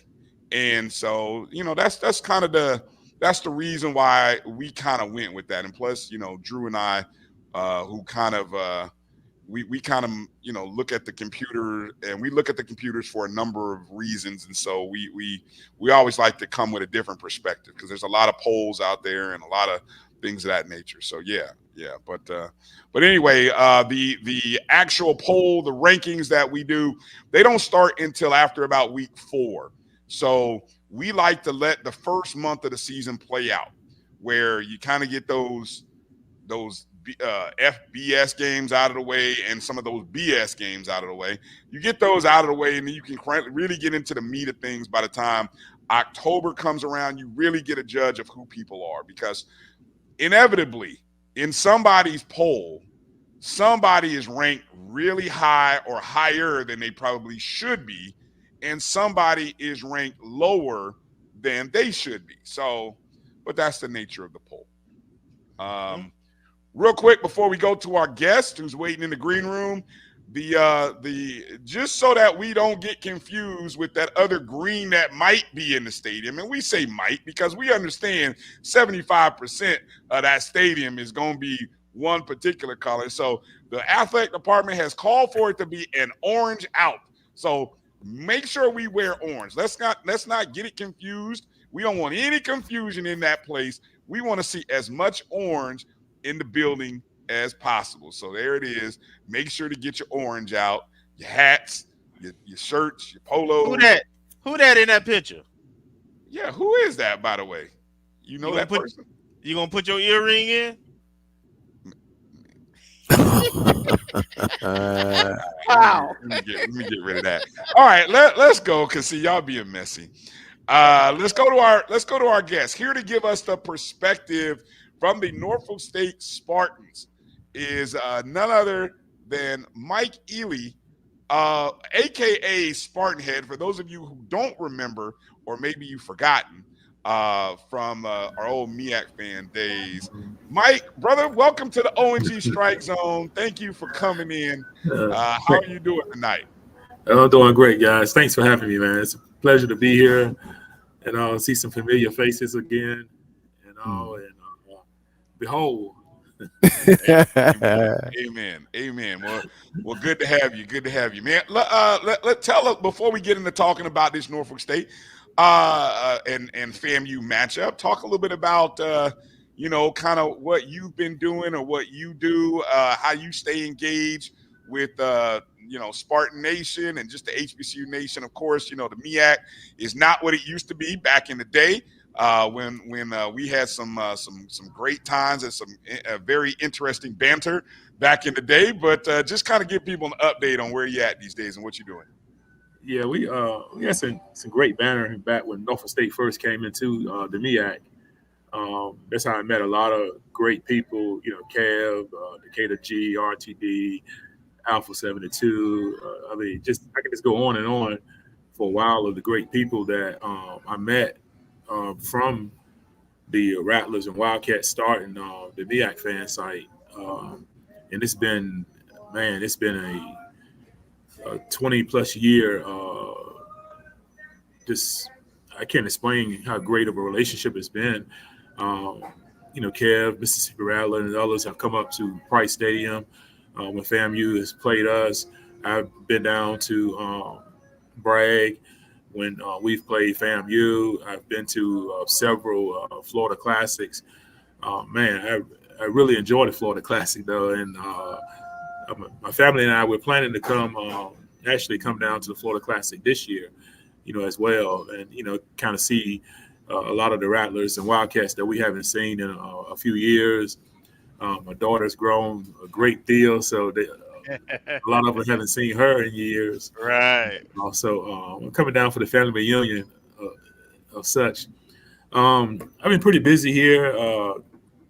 Most knew I was, engineer at British Aeronautical Engineering Systems. It's a private contractor here in Norfolk. I left that position about 4 or 5 years ago. Got a little burnt out. Took some time away. Then jumped into this world of entrepreneurship, and that's been, pretty interesting. And many know I have, my daughter. Well, my son graduated. He played football at Norfolk State. He graduated back in 2012. He had a trial with the Green Bay Packers. Started pretty good. Blew out his knee, and they kind of like the rest was history for that. But he's doing extremely well. Most of all, he graduated from Norfolk State, so I'm proud of that. Yeah. My oldest daughter graduated from Norfolk State. Now my youngest daughter, she's coming along. She's, already 6 feet tall. She's a really good swimmer. Just made the 757 elite volleyball team. So she'll be getting a lot of interest from different schools right now. I'm gonna get kind of busy this year getting her out there, getting to HBCUs to know who she is. But right now it's PWIs that are on her real hard. Then also, just stand around Norfolk State, as usual, trying to stay connected, doing what we can to make sure that, we remain one of the top universities, not just in Virginia, but in the world. And I'm trying to get those rankings up there with FAMU. And yeah. But man, it's a pleasure to be here. And again, I just can't thank you guys enough for having me. And I'm just overjoyed for seeing some faces I hadn't seen in a while, and just to be here with the Rattlers. Yes, indeed. And there's definitely a few. Last time I was with the Rattlers, we beat them. And I don't know if Kev remember that when I came down for homecoming. No, I don't remember that. Was this back when we were in the Valley of the Shadow of Death? Is that what this happened? The week they fired Earl, I didn't. I was protesting. I didn't even go to that game. Yeah, you're right. You didn't, because I went up in Section P, and a few of y'all were protested. Kel Kuchar was still there. Shauna, she was still there. Mo Better, but Floyd. And I think he cried a little bit. Oh boy! Did I had to hit it with the? It was on it. Lord have mercy. Oh my God. Hey, Mike, what's the series record? I have no idea, man. Hold on, I got it. Hold on, let me scroll here to my notes. Let me go to my notes. I got all kinds of notes here. Let me go. Y'all keep talking. Mike is a very smart guy. He knows the numbers. FAMU leads the overall series. Just in case anyone didn't know, FAMU leads the overall series 13-3. Of course, FAMU won the last 2 games. Who knows? Now, those last 2 games, the last meeting, of course, was in 2019. FAMU won 30-28. And, of course, the very first meeting was in 1997. FAMU won that contest 41-26. So, it's rough. But you always have that one moment when you came to Tallahassee and stole a win from us. So yeah, I have that moment. I have some good and bad moments with FAMU. Yeah, and my worst moment was '98 with Billy Joe. I still hate that guy to this day. Yeah, he put it on y'all that day, boy. Yeah. He that the 70 burger. Was that the 70 burger? That was the 80 burger. 80. Oh, my bad. I'm sorry. Yeah. I thought. Oops, sorry about that. Yeah, we fired we fired the coach after that. That's couldn't take it anymore. But he did me a favor. He got me much more involved with Norfolk State Athletics. After that, and but man, it was rough. Start there, Mike. Start there with when you look at Norfolk State Athletics and what they watching Norfolk State Athletics. We value football so much in this BCU diaspora. And outside of football, and I'm not saying this with any shade, Norfolk State Athletics, from a visual and just the other sports, is really one of the in the top 5, probably in a lot of rankings, whether it be basketball, whatever. So, I mean, when you look at Norfolk State Athletics right now, what's your perception of where Norfolk State is amongst the rest of the HBCU diaspora, and where do you want it to go? Where do you hope it can go? Well, amongst the other HBCUs, I would say we're right there in that elite status. But football is, pretty much God, and so most people focus on football. And, we've had our struggles, obviously with football. But when you look at the other sports, we've pretty much dominated the other sports, particularly men's and women's basketball, since we've come into the MEAC. And we kind of carried over from the CIAA days, those that are familiar with us, whereas we just, complete dominance in the CIAA and men's and women's basketball, baseball, and even had our moments in football as well. But basketball, we've always been a dominant school, and we've come over to the MEAC and continued the same legacy with, winning a couple NIT. We won a couple NITs. We won NCAA. We beat Missouri. We beat Alabama. We've had some pretty major wins for HBCU basketball. So we're right up there with the the upper echelon of HBCUs and other sports other than football. But football is it's the granddaddy of them all. So it gets the meat of the attention. And with football, I think we're turning the corner. It's kind of frustrating because we're in one of the hottest recruiting areas in the country. Here in the Tidewater area, all major universities come here and recruit here heavily. And to be in such a hotbed and to struggle in football, it's kind of eating at me and the majority of the alumni, because it's like we can't quite put our finger on why we are struggling, and we're in one of the best recruiting areas in the country. But I think over the last few years, from talking with Coach Odoms and being around the program and helping in some areas, I think we've done a better job getting into the next echelon of talent, here in the area. We had, for the last few years, he's been done kind of like a complete overhaul with the team. And, we've only graduated, I think it was maybe 5 seniors last year. And we had maybe 3 or 4 that go into the transfer portal. Most of the kids, when they come here, whether they're in state or out of state, they love it here. So they, wanted to stay in the program. We had about, 76 freshmen and sophomores that will now this year be, sophomores and juniors. So we're expecting them to make that leap this year because, they've taken their lumps for the last, year or two. So we're expecting that experience that they've gained in their freshman and sophomore years to take hold, this year.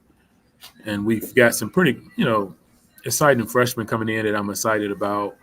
We had, I don't know if you kept up with it, being at FAMU was in the SWAC now. I believe we had 9 all MEAC selections. So, we have some talent. We just got to put it all together this year. But also, if you go back and you look at last season, we were in the majority of our games. Most of them we lost probably by a touchdown or less. Itself, well, the South Carolina State game, I would say that the freshman and sophomore kids kind of packed it in. By then, the season was over. But for the most of our games, we were within 1 or 2 plays from winning the game, particularly Howard. We had a running back at the end of the game. Our quarterback Coons, he missed Deion King. He came out the backfield on a wheel route. It was no one within 10 yards of him. If he completes that pass at the end of the game, he could have crawled in the end zone.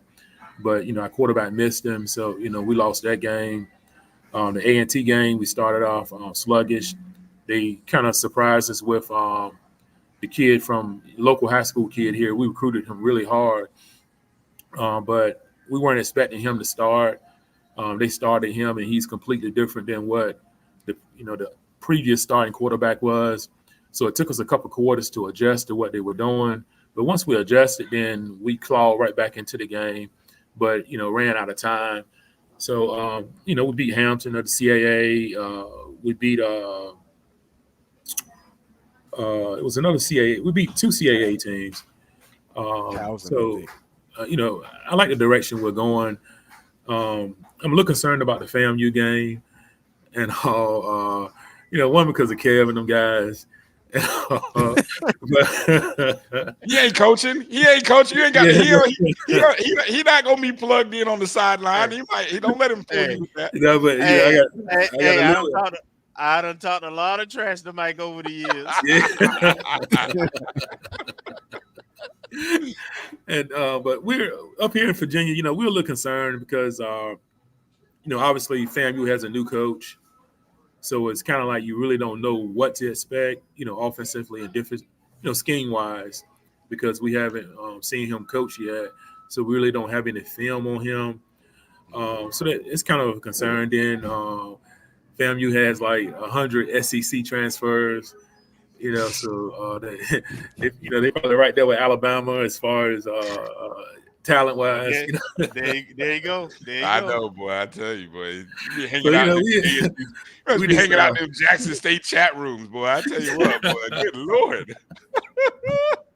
Then they got the all-world receiver just transferred in, and all.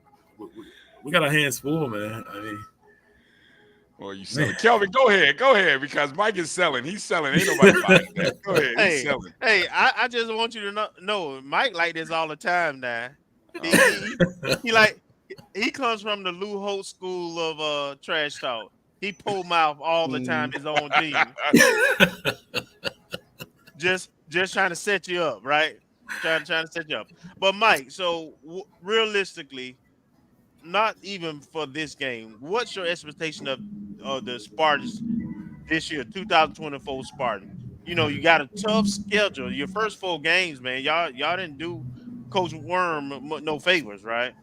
No, absolutely. So what's your expectation? What do you think you are for this season?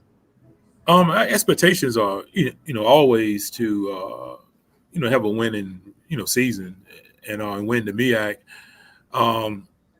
I think those that aren't as close, to some of us Spartans don't, FAMU fan base is legendary.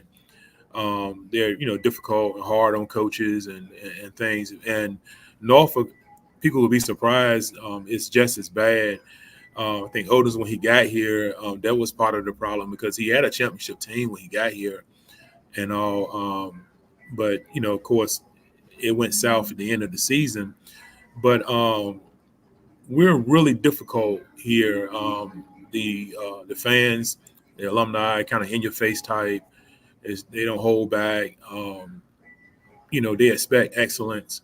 They're frustrated, extremely frustrated. But we're expecting a winning season, absolutely. And our AD, even though the season started off it starts off difficult, but he has a Virginia State game in there that should be, an easy win. Even though it's a rivalry, big state, little state, we come from Virginia State. So that's a rivalry game. But what the score was last year, though, Mike? Easy. Was it last year or 2 years ago that they snuck up and bit y'all? Whoa, easy. Ooh. It was 2019 last year, right, Mike? Well, I'm expecting to win the season this year. You know. Boy. And you know, we're expecting a victory over FAMU. We're expecting to beat FAMU. We expect that to be one of the wins that we get this year. And, keep hope alive. Keep hope alive. Keep hope keep alive. Keep hope alive. Marcus, go ahead, Marcus. Hold on. Go ahead. I'm sorry. Go ahead. I got one more thing, and then y'all can have it. Hey, Mike, you want to talk about Norfolk tailgating? Oh yes, sir. We can talk about our tailgating. I know you want to go back. You want to go back 20 years ago. Hey, y'all go ahead now. You want to go back 20 years ago when you know, I was struggling a little bit. You know, it was me, Daryl, and the guys from undergrad. We just kind of getting things going. And who put up your tent, Mike? Who put up your tent? How many of y'all was trying to put up that tent? Oh, I don't remember. It was about 20 years ago, man. Wow. But I remember when I came to that homecoming, though, it won't no tent up at FAMU. I had to help Kelvin put the tent up. And then after we won, I went back to the tailgate. And it was just me and Kelvin, you know. You guys didn't want to hang around for me. Hey, which is Sam Dixon. Yeah, we were protesting. Jimmy, he was in town. Jimmy left. He was gone on Friday. Yeah. That's Winslow. So yeah, you caught us at the wrong time that time. That's the only time. But I will say, man, I appreciate you and the Spartan Rules and Spartan Ghosts and all those MEAC fan guys for always every time. I've been up there several times, and every time y'all guys, man, y'all been great, very hospitable. Yeah, absolutely. You know, and just great people too. Salt of the earth. So I appreciate that. Yeah, we enjoy when you guys come up. We really do. And Decatur, you know, I did my best in my sales pitch. I couldn't quite woo his daughter to Norfolk, but you know, she came, looked at the campus and everything, and saw this. You know, I threw the sushi bar on him because we have a sushi bar there. I just knew that was the home run. But you know, that's one. Wow. You know, that's one for the fences that I missed. But you know, hey Mike, I didn't tell you, but I do have a niece. Now she grew up in Maryland, Virginia area anyway, but I do have a niece who's a sophomore at Norfolk. So. Oh, okay. Yeah. Send me her name. You know, I'll take care of her. We especially every year homecoming.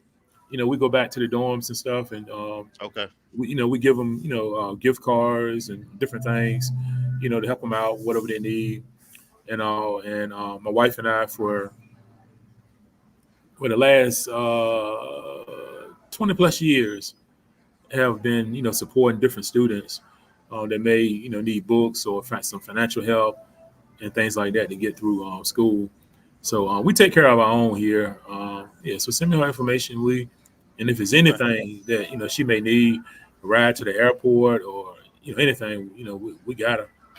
You got it. Go ahead, Marcus. Well, Mike, it's good to see you. And I know Lee ended up not going to Norfolk, and actually he hooked us up with even though it's probably gritting his teeth, he hooked us up with a trip to Hampton as well to check out the campus. Yeah. She was looking. Yeah. But so salt of the earth, you know, do anything, got connections and everything. So, but I wanted to ask, and I was doing some research because I'd heard this, I think during Coach Odom's press conference or somewhere, and I did research for this show when I knew you were coming on. That like you were saying earlier, a lot of the games that you had, like it was a close loss to Virginia State. Mm-hmm. I think you guys were marching in. You stopped them on a. You didn't get I want to go through the details, but basically had five games. I think Virginia State, A&T, Tennessee State. We were within one TD, or they scored a last-minute TD. Yeah, Howard was a very much last-minute TD, and same with Morgan. So with all those close losses, what impact or what growth do you expect from this year's team in order to turn those close losses into wins? Overall, you went 3-8, but you have 5 losses within the last minute by a touchdown or less. And we're expecting this year for those 5 losses to be, 5 wins. And as I said earlier, because, we started almost our entire starting lineup was freshmen and sophomores. And so we're expecting, there'll be sophomores and juniors this year with a little more, experience, they're a little stronger, a little faster, a little bigger, got a little more, more game experience. They done seen a few tricks, out down the field. So we're expecting them to cut down on a lot of the mistakes they made last year that may have cost us, a first down where could have got the defense off the field, or a first down that could have kept a drive alive and we didn't make it. We're expecting those changes this year with that experience. We brought in a transfer quarterback that, we're pretty excited about. We think the first couple of games, it may be a little slippery slope because, he came in late, learning the playbook. He got a new offensive coordinator. So we're expecting some great things from him, his leadership. We picked up a few guys to help along the defensive line. That was an area of weakness last year for us. So we tried to improve that. We got some really good freshman linebackers that'll be sophomores this year that we think will play a lot better. Our secondary is pretty strong. They're going to be, really challenged against, FAMU receivers, but we expect them to hold up well. So that's the biggest difference. I think we just got another year experience on our belt. So we're expecting to make the small changes that cost us games last year. And because, like I said, those guys will be a year older this year. No, just to follow up with that experience, the experience coming back, because I think you have somewhere on 17 or 18 starters and everyone having a year's more experience. With the other changes or loss of key players and the usual suspects at Central and at Howard, primarily their quarterbacks, do you expect this year to be, I want to say the optimal year, but a great opportunity to elevate in the standings? And Coach Pugh haven't retired, so there's seismic shifts in terms of leadership experience in at least 3 of the 6 MEAC programs. Yeah, and that's another area that we looked at, whereas they are losing, quality starters in the quarterbacks, and we're bringing back a young team, but an experienced young team. So we expect Odoms to take full advantage of that, and then he's going into contract year, and so that normally brings out the best in the coaches, and he's dealt with a lot from the alumni here, and like I said, it's difficult to coach here, even though we haven't had a lot of success, but it's extremely difficult coaching here.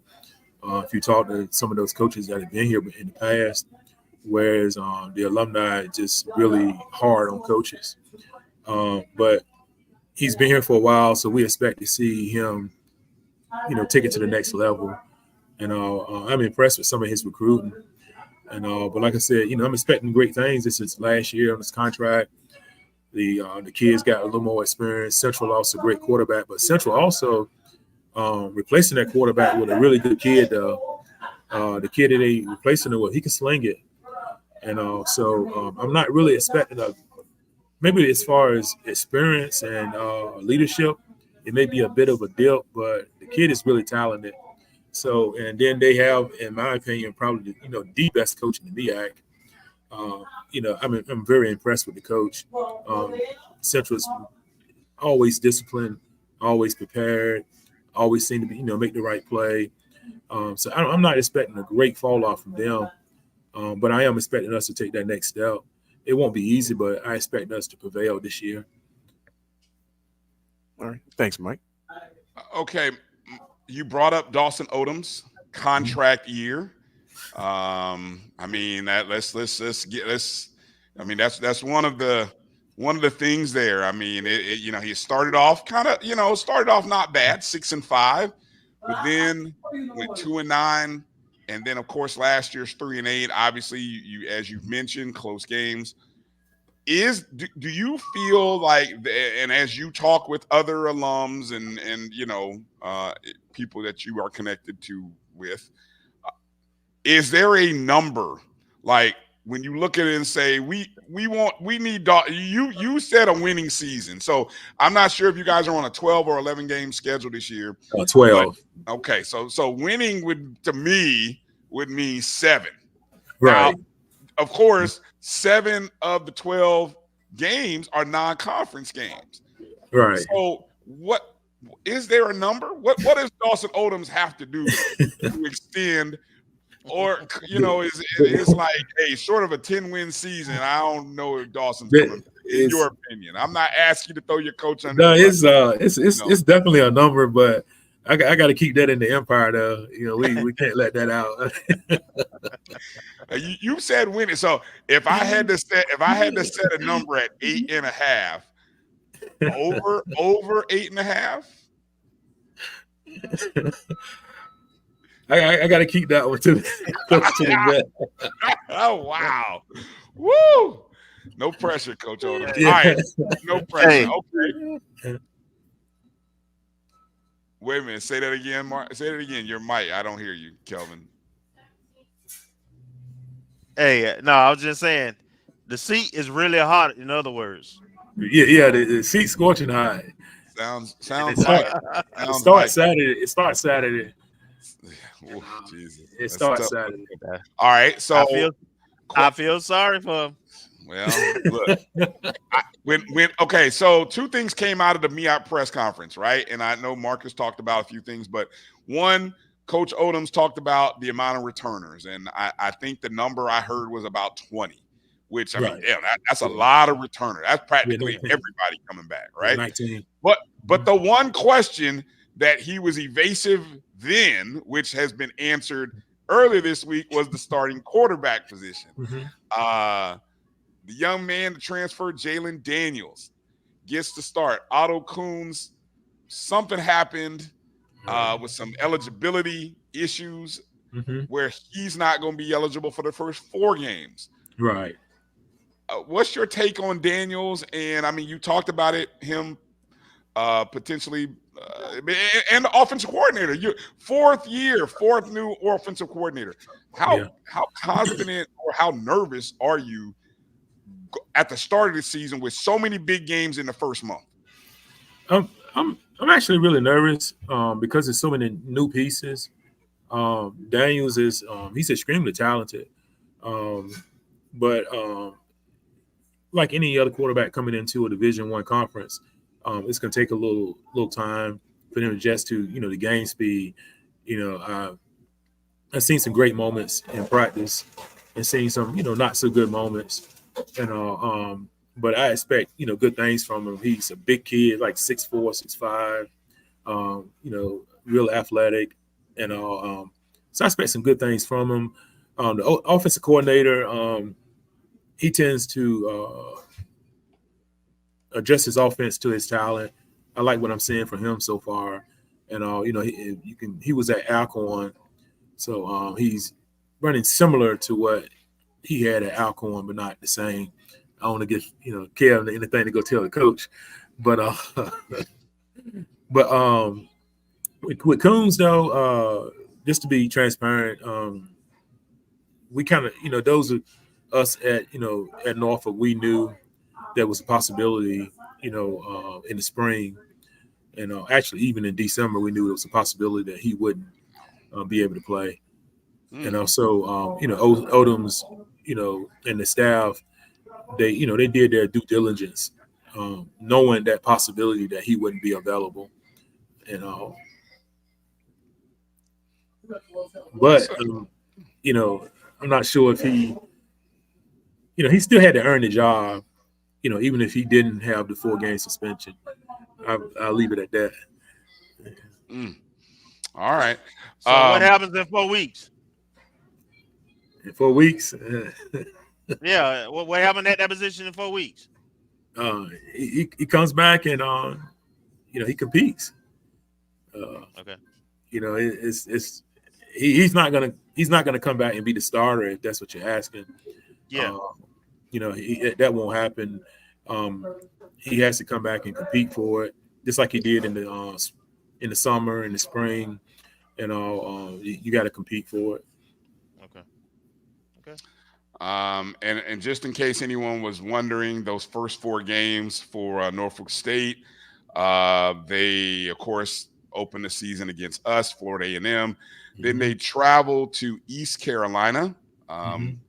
Then they host Virginia State, who was one of the top 2 predicted teams in the CIAA. Many people think Virginia State has a real shot at getting to the championship game there. I mean, that's a rivalry that goes back to when my daddy, who's a Norfolk State grad and a Virginia State grad, that goes back to the decades old. Yeah, this decade's old. This is CIAA old school. And then, of course, across the Bay, Battle of the Bay. Yeah, Battle of the Bay. Yeah, that's a hell of a schedule, man. I mean, if y'all, well, let me not show shade, but with a strong team, that's an exciting schedule, man. That's an exciting schedule. It's an exciting schedule, but our concern was alumni was Battle of the Bay and Big State, Little State, Virginia State game to be back to back, because both of them are really intense rivalry games. And with such a young team, even though they have some experience, but it's still a young team, and to have to play your 2 biggest rivals back to back, it's concerning. It's real concerning for us, And Frazier, he's going to have those guys, well prepared at Virginia State, and it's like that Super Bowl for them, and to come in here and beat us. And I had to, hear it. I'm still hearing it from some family members that, kind of bumped their head when they were born and ended up at Virginia State. And I'm still hearing it from them. Hampton, that's a major rivalry. And those are heated games. I like the Florida Classic, like FAMU Bethune is a really heated rivalry. But I was kind of shocked when I first went there, because it's such a heated rivalry, but they so friendly and towards one another. Whereas, when I came up as a child in Norfolk and stuff, the Hampton NSU rivalry was extremely intense. To give you a little secret, our presidents even got in the fight. That's how heated the rivalry is. And how at a basketball game one year, it's really, really intense. It's kind of gotten better over the years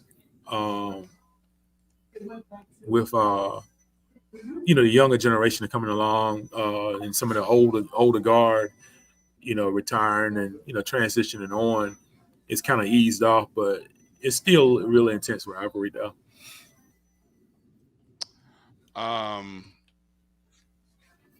Any final questions, Kelvin or Marcus, before we get to one last final thought here from Mike? No, man, we can go ahead. I know, see, once he leave this interview, I know he still got work to do. So I'm gonna let him off. I'm gonna let him off the hook. But don't let me off the hook Saturday evening though. Keep the phone on.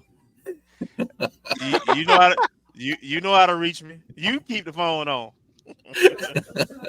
I had one final question, and Marcus, I don't know if you had one in there, but my question had to do with the Spartan, obviously the Spartan Nation traveling. I'm good. Because you've got, obviously, going to Atlanta is a big deal. I mean, national television. I mean, it's one of those venues and opportunities that we haven't seen Norfolk State football in. Right. And then late September, you go into Indianapolis for what is a MEAC game against Central, which is moved to Indy. Will the Spartan faithful, will they travel? I mean, how will the traveling be? Can we expect what kind of? I mean, this is a great opportunity to kind of spread the brand. And what type of crowd can you expect, or do you expect? It's an excellent opportunity to spread our brand of especially football. Our band. With the halftime show, and I expect a really good turnout. it was some concerns, because of and no disrespect, but because it's FAMU. But then a couple of weeks later we got Virginia State and Hampton, and those are our number one games for us. So the out of state alumni and all, it's a little concerned that if they'll be able to, if they're going to travel to Atlanta and then travel home to Norfolk, back-to-back weeks as well. So it was some concern there that we wanted to get the games more distance between the Virginia State and Hampton game, but we weren't able to because of their schedule and CAA. But I expect a really good turnout, for us. Of course, we're not going to have the crowd that FAMU has. The Atlanta playing in Atlanta is kind of like become a staple, a home game for them. Over the years against Tennessee State and all, and Southern and stuff. So, but I expect us to have a really good showing. We have a large alumni chapter down in Atlanta, and on our alumni page, it's a lot of excitement about the game. So I'm expecting a pretty good turnout, and also the game being on TV, kind of the fence riders, kind of hurts them, but I'm expecting a good turnout from us, and I'm expecting us to play well on the field as well. I do agree that I expect Norfolk State to play well. And of course, I'm looking forward to seeing the band because they're outstanding. Oh yeah. But in terms of attendance, it's gonna be your band, your cheerleaders, and 5 people. Mike and his family and my family. Huh? No, we're gonna have a good strong showing, and Kev, you can come on over to the home side and dance when the Legion playing like you do when you come to Price. Whoa! Is there video of this? Please tell me there's video of this, Mike. What the young folks say? I got receipts. He ain't got no video of that. Hey, but I do have video of that tailgate with one burger on the grill. That was South Carolina State. That was South Carolina State. When we went down there, we put the video up with them. But they had that one burger on the grill. And but I got the pictures too now of when I got to the tailgate, the tents were just laying all around, and it was just 2 tables with a bunch of food piled up on it, and some Bojangles and stuff. Y'all hadn't even grilled anything yet. I wasn't there, so I don't know. I won't be in any of those pictures, that's for sure. All right, Mike, I'll give you an opportunity. Norfolk State will be successful on Saturday if they do what? Norfolk State will be successful if we don't turn the football over. If we don't turn the football over, we'll be successful. Okay. It doesn't get any simpler than that, right? Don't turn the ball over and give yourself a chance, right?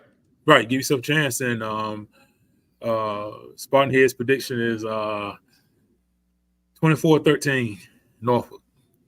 Oh, Lord have mercy. Ooh. Okay. Wow. Okay. Spicy. Yeah, I know, spicy.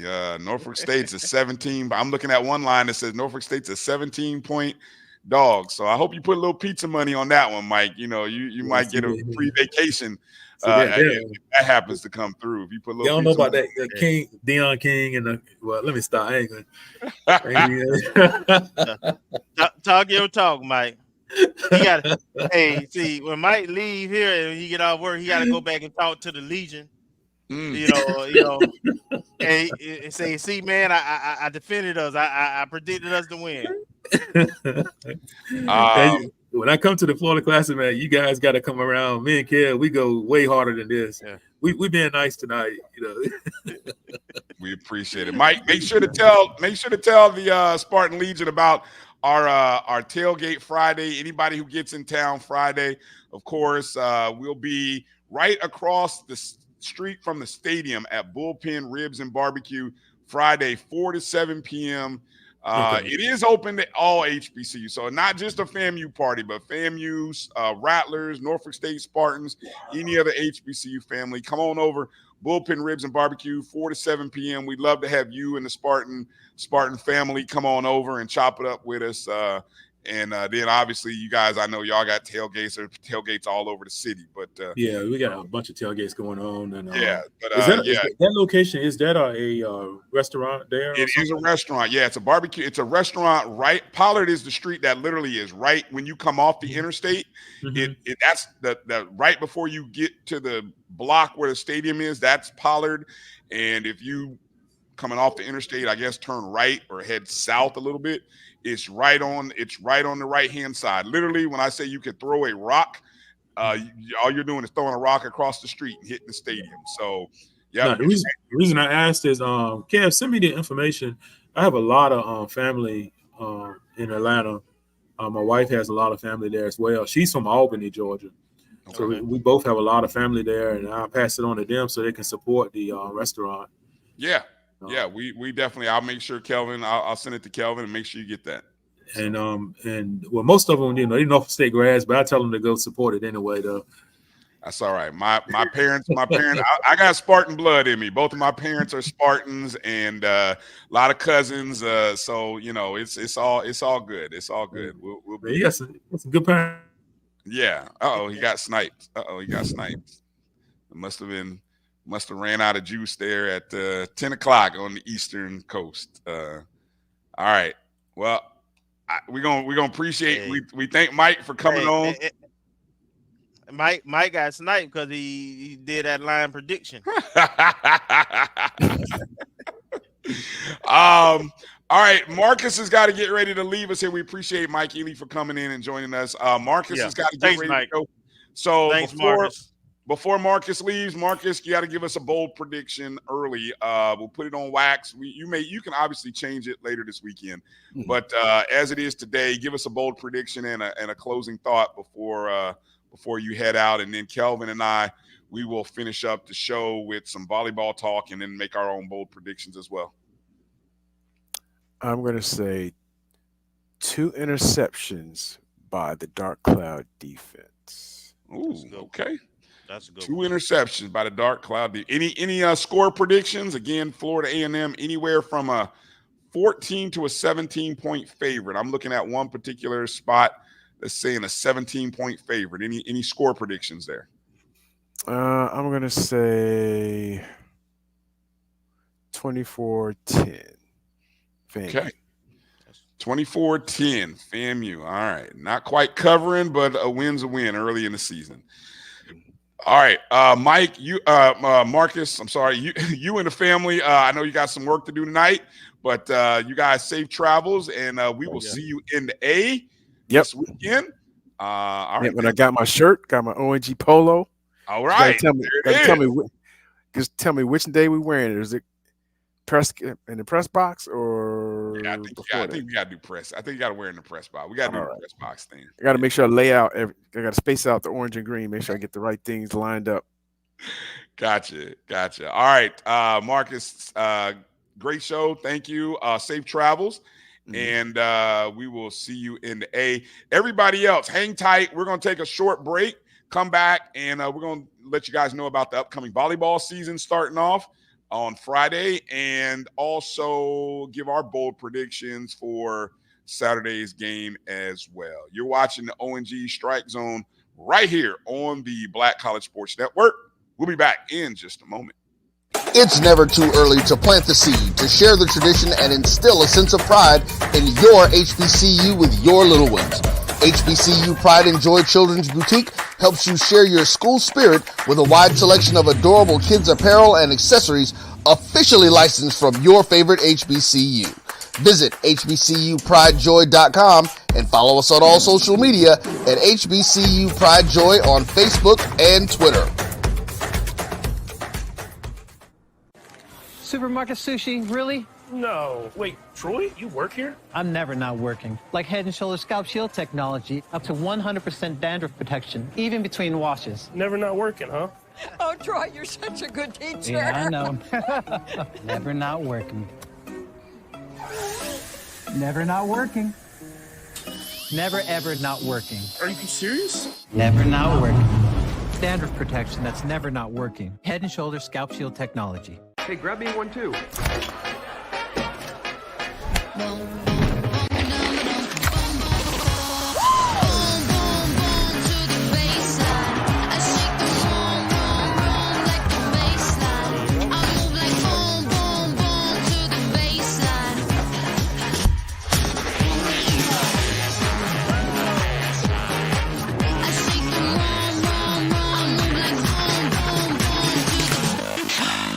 Charmin Ultra Soft has so much cushiony softness, it's hard for your family to remember. They can use less.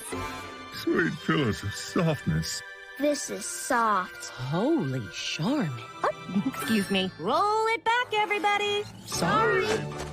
Charmin Ultra Soft is so cushiony soft, you'll want more, but it's so absorbent, you can use less, so it's always worth it. Now, what did we learn about using less? You gotta roll it back, everybody. We all go, why not enjoy the go with Charmin? This is the Dean of the College of HBCU Sports, Kenyatta Cavill of Dr. Cavill's Inside the HBCU Sports Lab with Mike Washington and Charles Bishop.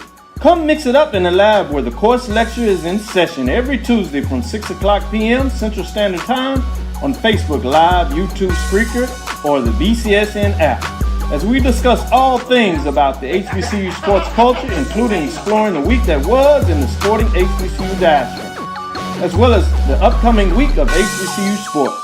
With me, the Dean, the College of HBCU Sports, on Dr. Cavill's Inside the HBCU Sports Lab with Mike Washington and Charles Bishop. Course lecture dismissed.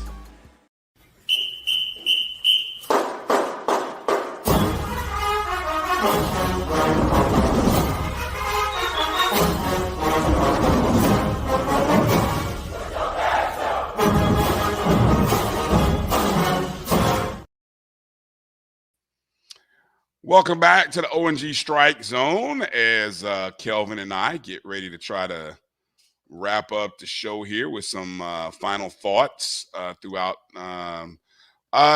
Kelvin, just your thoughts. How much of an impact, look, the Norfolk State coming into their week with as much of a quarterback question as we had. A lot of people were trying to figure out who was going to be QB1. So they go with the Jalen Daniels kids over Otto Coons, who I already had my doubts as to whether Coons, back at the press conference, I mean, when I heard Odoms state that, and it was kind of weird, I even threw in our former FAMU transfer Cameron Sapp. So I didn't have any idea that Daniels was even in the mix. But Odoms kept it very close to the vest. But so now they go with this Daniels kid.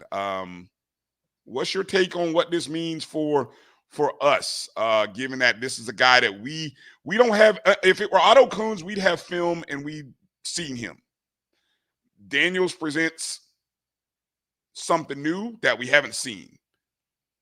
We seen him. He has film at the JUCO level. Okay.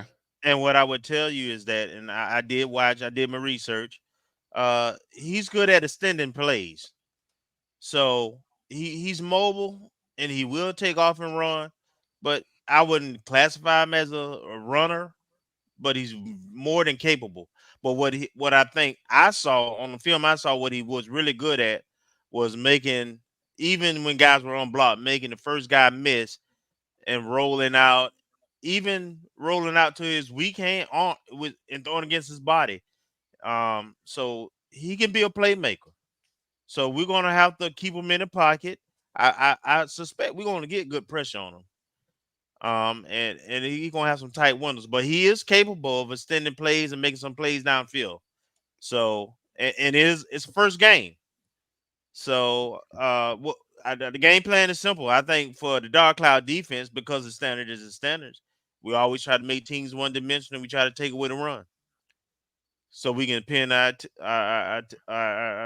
tails back on third down and come after them with 4. We don't like the blitz. We may blitz a little bit more here and there, have different kind of packages of how we come at teams. With the new defense coordinator, but so I think it's going to come down to, can their quarterback make plays against the Dark Cloud defense? That's the game in a nutshell for me. All right, so Jalen Daniels it is to start for Norfolk State. Of course, new offensive coordinator that was mentioned, of course, Jason Phillips. He's the fourth offensive coordinator in the 4 years that Dawson Odoms has been coaching there. And as you heard Mike said, man, this will be one of those those first 4 games. Norfolk State could easily go anywhere from 2-2 to 0-4. And the latter, woo, man, that hot seat was a wrap. Smoking. Yeah. No, if they go in 0-4, it's a wrap. Well, yeah, because if you go 0-4, that means you've lost to not only your 2 rivals. Both rivals. Yeah, right. You lost to 2 rivals. And I mean, what little bit of grace you had with the alumni base might be all gone.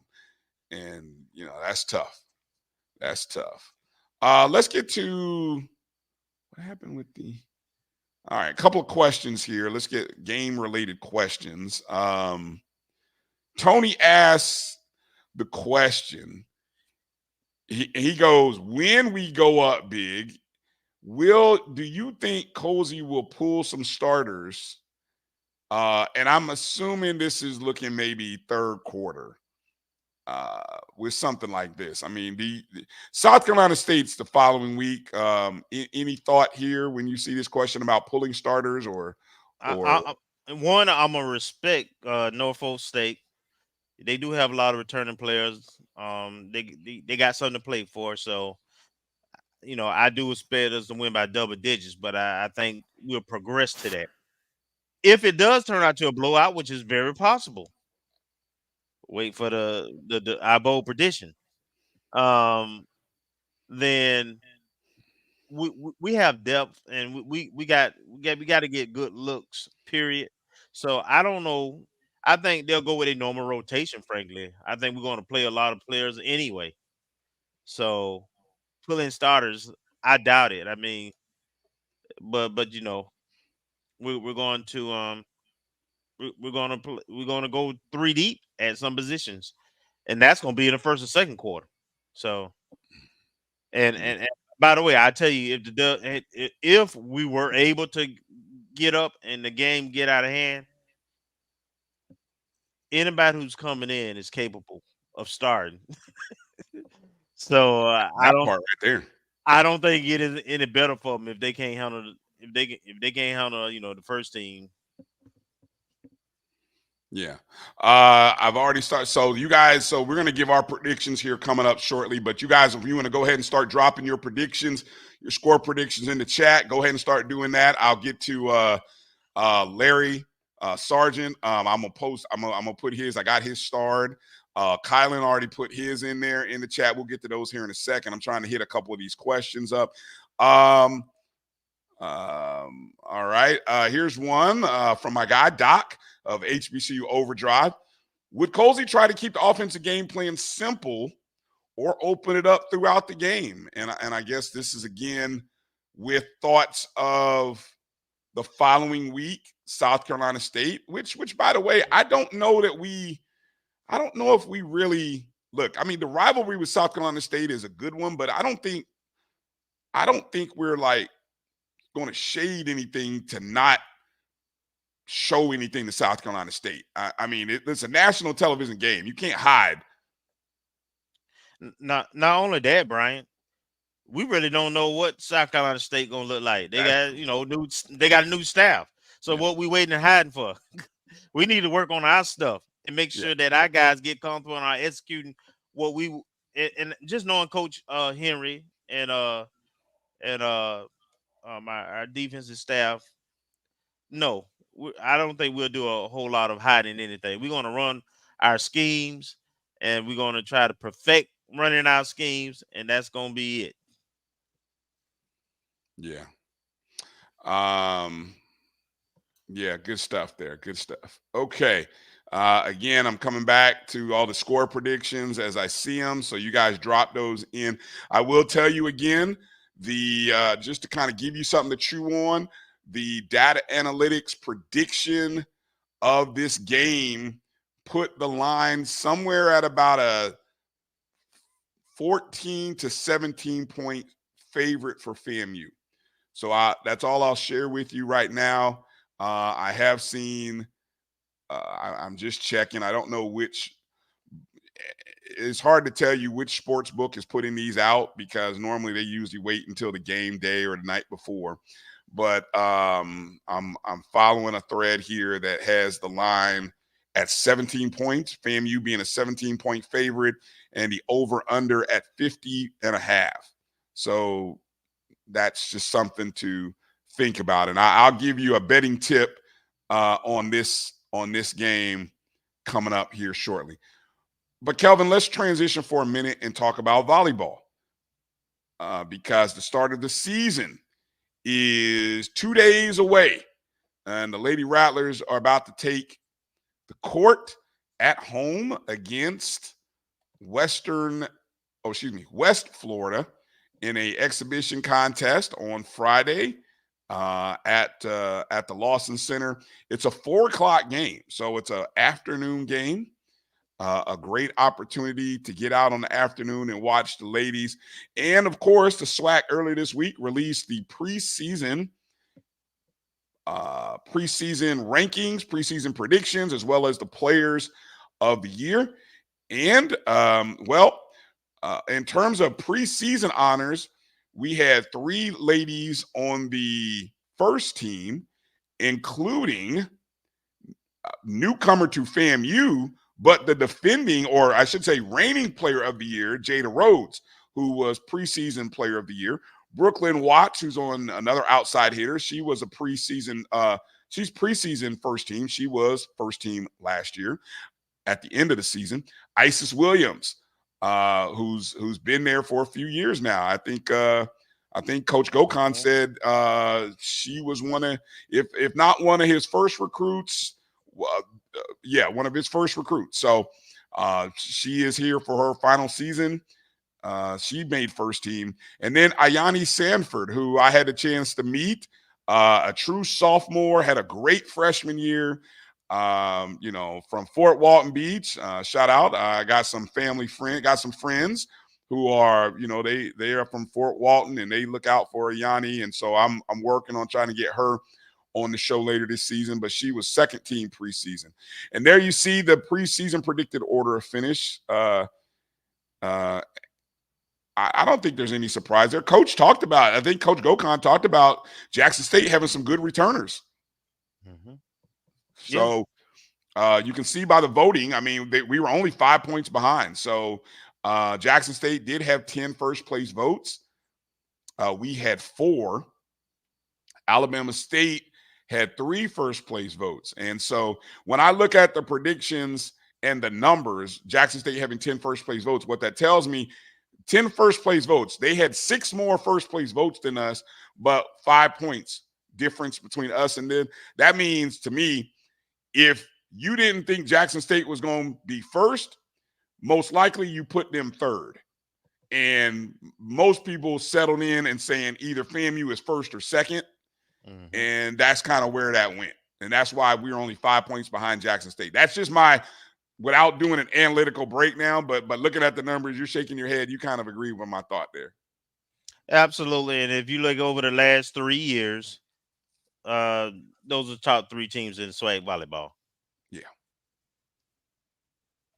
Yeah, no doubt. No doubt they are. And again, the SWAC preseason honors, there you go right there. Jada Rhodes, of course, preseason player of the year. And yes, she was the player of the year at the end of the season last year for Alabama State. So a big pickup for FAMU. And there you can see some of the other preseason award winners. So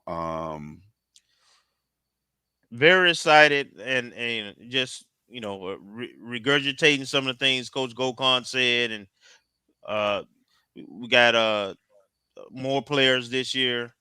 We got more coaches, 2 more assistant coaches.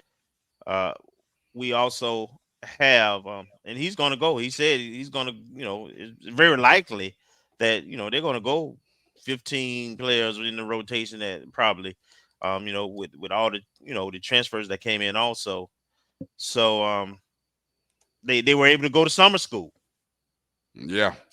And so for the first time, usually a lot of those he did talk about that. I remember him being on the show a couple years ago, and he talked about not being able to have the girls or ladies come in during the summer like what happens for football. So, what that means, and the reason I'm bringing all those points is because I'm not thinking about the SWAC right now.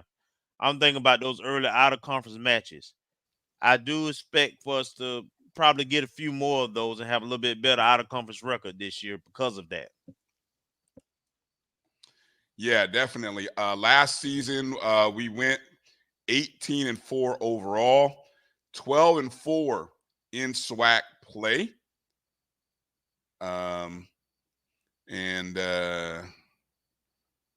Ended up playing Jackson State in the championship game. Jackson State had a heck of a run in the tournament last year. I think they knocked off the 3, 1, and the 2 seed. I mean, I think they were the 4. I mean, it was a tight race there among the top 4, and I think Jackson State was the 4 seed, and they just, they knocked off the 3 best, probably the 3 best teams that they would have faced anyway on the way, and they finished the season with an 8-game winning streak. So they were the hot team last year. I had one other thing pulled up here regarding volleyball. Oh, I was looking at the schedule. So after the West Florida exhibition match on Friday, next weekend in Atlanta. So you Atlanta Rattlers, you'll get to see the volleyball team come up to Atlanta as they're playing in a tournament hosted by Georgia State. And so beginning on Friday, they will play 2 games on Friday against the University of South Dakota. That's an 11 a.m. game. And then they'll play Indiana State University that later in the afternoon. Again, these are August 30th and August 31st.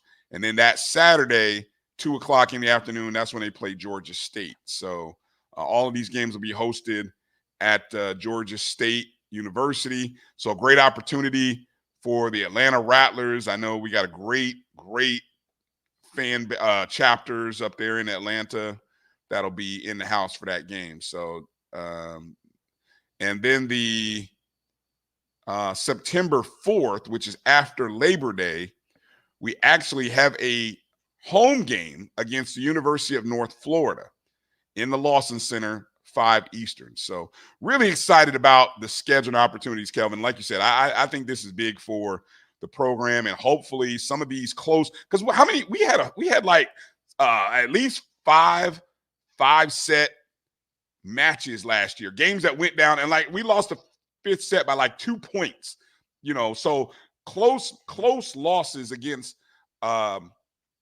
non-SWAC Division I opponents last year. So easily last season could have been a 20-win season had a few of those points gone our way. So it'll be interesting to see, with the unity and the bonding that this team has been able to build. It'll be interesting to see what they do. And size. And size. You got to remember, in terms of middle blockers, and we're a lot longer than we've been in a.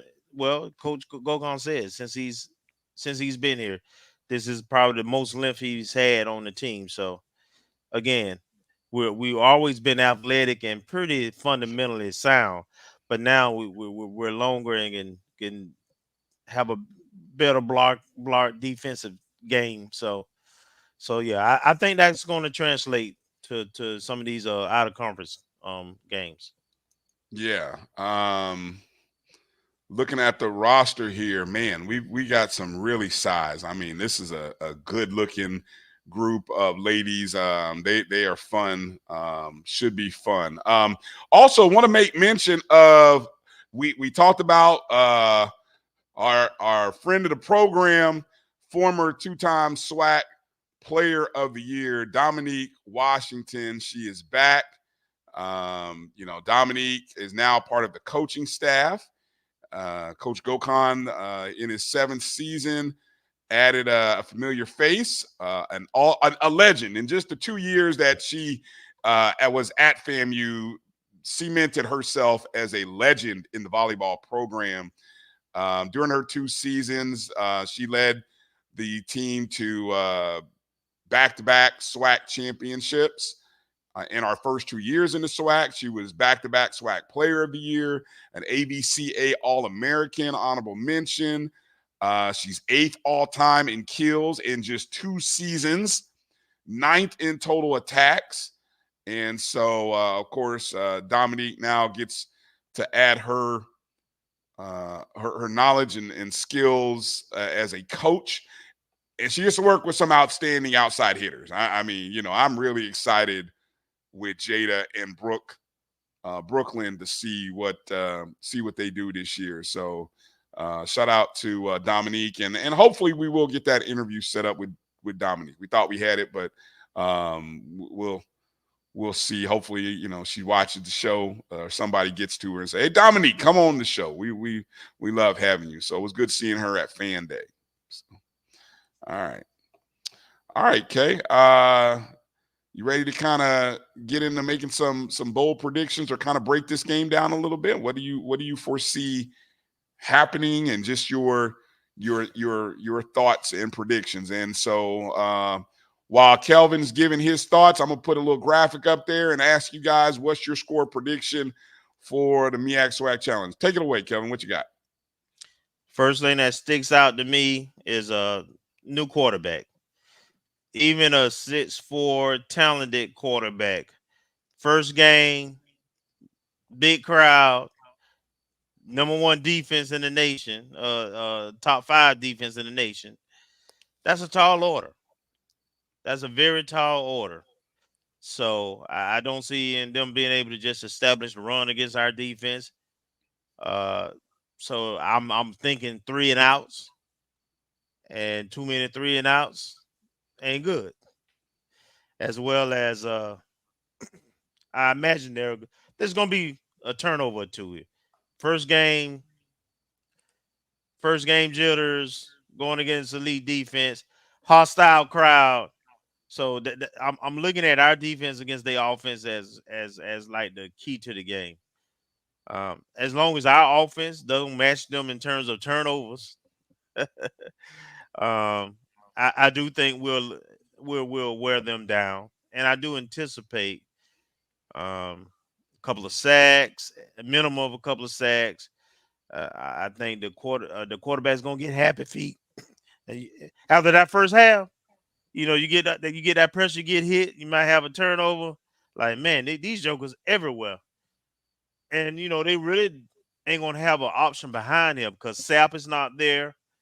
The only other quarterback they had that had any experience from last year, and of course Coons is suspended, so they got to ride him. And that's the other question, man. Will he survive the game? How well do they protect him? For FAMU on the offensive side, I'm going to be conservative right now, right? I think the talent is there. We have a really long offensive line. Our offensive line probably average 6'5", about 305. We got 2 6'7" guys on the end. You got a 6'5" center. TJ Lee, who's 6'3", started with full SWAC. So there's a lot for us to work with. But, I don't think they have to do a whole lot to be dominant and put points on the board.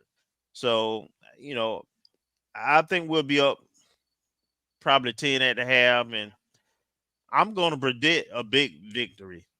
And I just hope, the guys bag it up. They show up. If they play up their attention, mistake Rattler-free football, I think a reasonable score is, last year nobody put over 2 touchdowns on our defense, pretty much outside of South Florida. I expect that kind of defense this year. Now, we averaged 30 points last year as an offense. For the first game, I probably won't push the envelope. So I'll say probably a 27-10 games sound about right to me. Okay. 27-10 is your prediction. Looking at some of the predictions from some folks in there, Larry Sargent jumped in. Larry went big. Go big or go home. Larry went with 42-7. Woo! I love that, Larry. That's a lot. That's a lot. Kylan went with a 24-10 contest.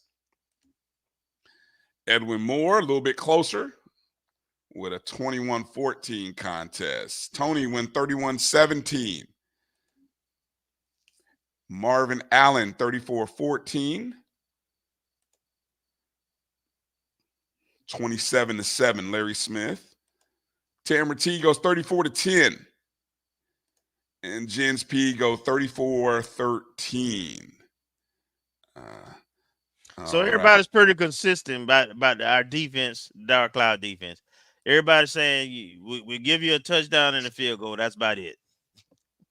Yeah, I was just sitting here looking at what we did a year ago in the month of September. And like you said, outside of South Florida. But again, that's a game that was marred by how many turnovers did we have? And Four, and like 3 of them were red zone. Inside. Yeah, a couple of them were in the red zone. So we gave up 38 points in that game. But 10 versus Jackson State, 10 versus West Florida, 10 versus Alabama State, 7 versus Valley. It wasn't until we kind of had back-to-back games on the road, which we did point out last year was going to be that stretch. That was going to be interesting, the Southern and Texas Southern game where we did give up some points. We even gave up a lot of points at Alabama A&M. But after that, it was hard. You were hard-pressed to get unassisted points. Key word there. Unassisted points. And that's why I think I love the message by Coach Colsey talking about the turnovers and the mistakes and not – if we don't beat ourselves, how much greater can we be? And so while we talk about reload and run it back, I think that's a great thing for the coaching staff to challenge. You try to challenge a team every year, especially a championship team, because last year was last year's team. This is a new team. So we can't let's stop referencing about 23. Okay. Don't let anybody reference about 23. This is 24. It's a new team, new coach, new coaching staff. Okay. But the culture is being established. The culture is set.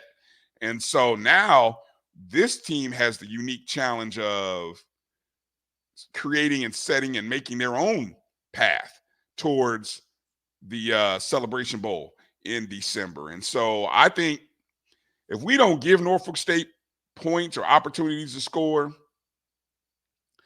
I'm with a lot of you guys. I don't know how they score more than I'm going to say more than 13, because that's really a touchdown and a pair of field goals, right? So I don't know how they score more than 13 unassisted.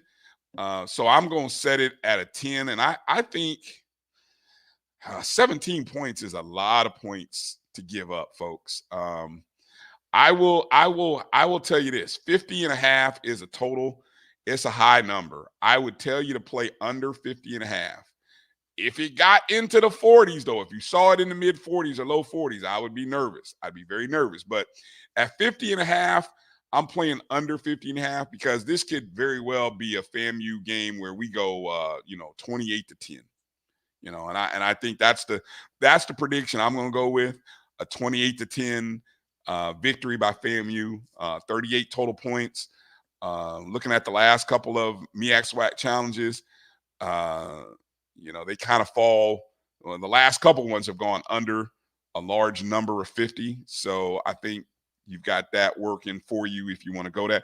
I would be nervous about laying the 17 with FAMU. I'm not gonna lie, because I don't. Colsey's a new coach. I don't. You got to get a feel for what he likes to do. If you would have told me Willie Simmons' team, I'd have said go ahead and give them 17 points up. But Colsey may play. He may be more conservative, and that remains to be seen. So my prediction and best bet. My prediction 28-10. FAMU wins, but my best bet is to play under 50.5 points. So wherever you can find it, that's what I suggest you do on Saturday when you wake up and are looking for a place to put some money on this game. Okay. And so I don't think I've got don't have any new predictions from anybody. How about, do you want to make up? Marcus said he had 2 interceptions. How about a bold prediction? We'll go bold. We'll do that contest again. Bold prediction for this contest. I'm going to say the defense is going to have at least 4 sacks. Ooh, 4 sacks. Okay. I like that. 4 sacks. My bold prediction in the same, I would have never predicted or ever thought we'd open the season the way we did, right? I mean, that was just unbelievable. One of those once in a lifetime moments. But what I will go with is I will go with a punt return touchdown by Jalen Rogers. I'm gonna go because I think that's where you can catch special teams still trying to figure themselves out in the early part of this season, right? So there is going to be I think there is a good opportunity for a special teams, and if Jalen Rogers, and I'm not gonna say Rogers or Gassett, so I'm just gonna go Rogers, and I'm gonna go punt return. So I'm gonna be real specific. I'm gonna say Jalen Rogers punt return touchdown in this contest. Don't know if it'll be the first half or second half, but I think there might be a special teams breakdown, and that opens the door for him to do just that. And that's a solid. I can see that. Yeah, I like this. Tony here going with thought Coach Burris bringing a Canadian offense. I don't know. You got to remember, Coach Henry is the offensive coordinator. Yeah, he is. And our offense is not significantly different from last year. The play calling may be, and the execution may be, but the scheme is pretty much the same. Mm-hmm. And Ms. Gail, I predicted that the defense would get 4 sacks. I think we're going to dominate on defense. Right. We need somebody to keep track of these because inevitably, I try to keep track and we try to come back. But if there's somebody out there who wants to help and keep track of these for us, we greatly appreciate it. And I think Marcus had said, what did Marcus say? 2 pick sixes or just 2 interceptions?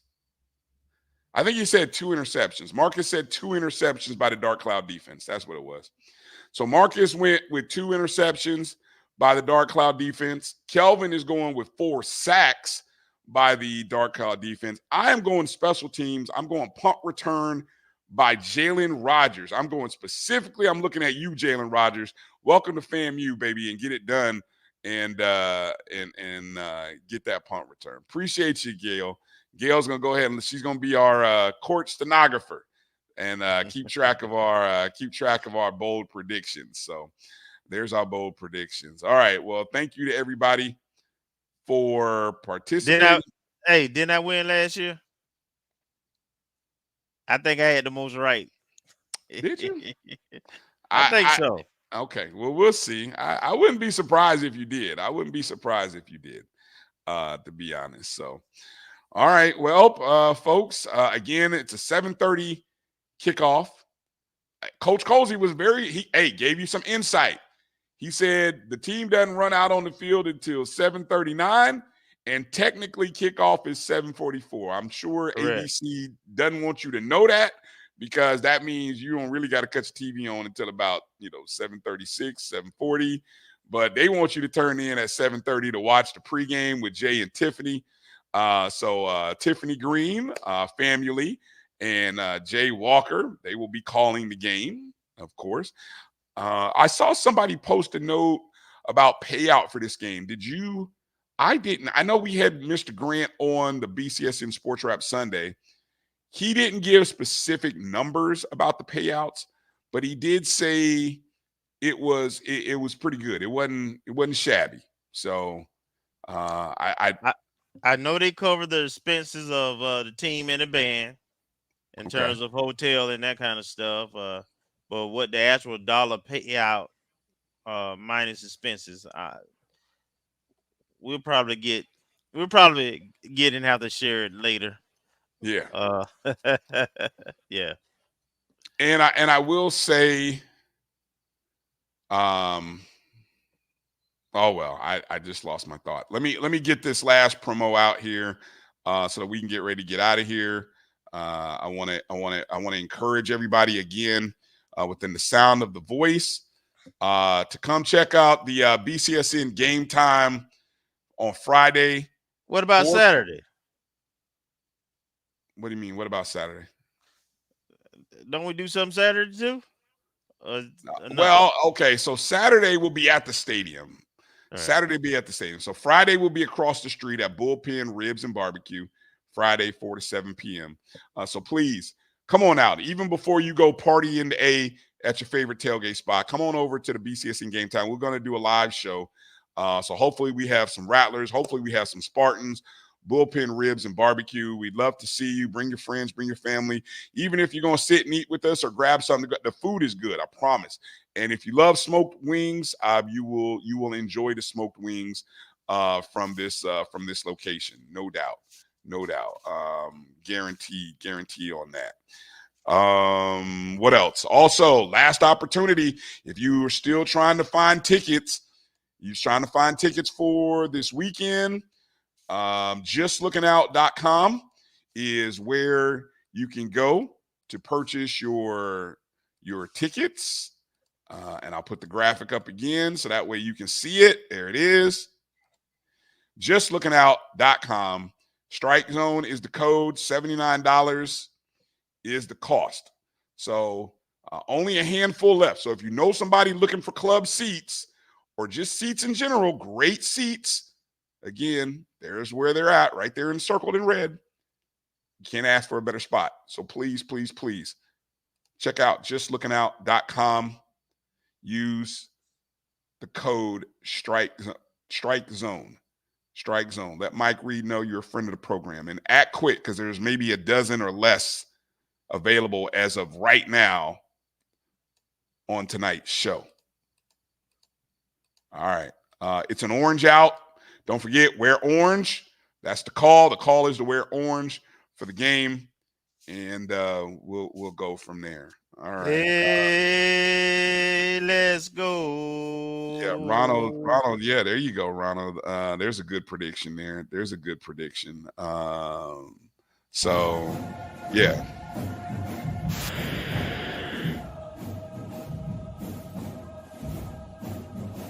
There, let me see if I got a few more score predictions there. Let me see. Marvin Allen. Defense gets 3 turnover and scores on 1. I like that. We'll see you, Tamara T, in the A. That's right. Gail, you're going to be watching from Cleveland, so we look forward to seeing you. All right. There is a game zone, too, on game day, where the vendors and Yeah. So okay. So people can come out early Saturday. There is a game zone with vendors and food and all that good stuff. And you can come meet us. We'll be somewhere around there broadcasting live. Yep. Make sure you're following the ONG Strike Zone on X, on Facebook, on Instagram, on YouTube. That's at ONG Strike Zone. Make sure you're following the Black Color Sports Network at MyBCSN1, the number 1. And, of course, you can watch and listen to all of the shows via the BCSN Pod Zone, everywhere you listen to podcasts. And so BCSN Pod Zone, everywhere you listen to podcasts. So that's going to do it for tonight's show. One more thing. Go ahead. No, I'm just saying. The defending champs, we still number one, baby. It's time to go. Thank you, Mike Eley, for joining us. Thanks, Mike. Appreciate you. Appreciate you giving that perspective there on your beloved Spartans. Marcus Green traveling to the A. For Kelvin Rosen to you too. Traveling to the A. I will see everybody on Friday in the A. See you at Bullpen Barbecue and Ribs. We'll see you at the spot right across the street. Make sure you're following us, and we will see you then. Peace out, Rattler Nations. God bless everybody. Have a great game to our Lady Rattlers. Get over to the Lawson Center Friday, 4 o'clock if you can. Maybe the game will be streaming on Rattlers Plus. Check it out. Hopefully it will. So make sure you get your subscription set to Rattlers Plus. And shout out to everybody for watching and following the show. Share the show with your family. Keep building the network of ONG watchers. We need your support. We need your love. And thank you very much for watching. Bangs up. Strike again on those Spartans. We're out of here. Peace out.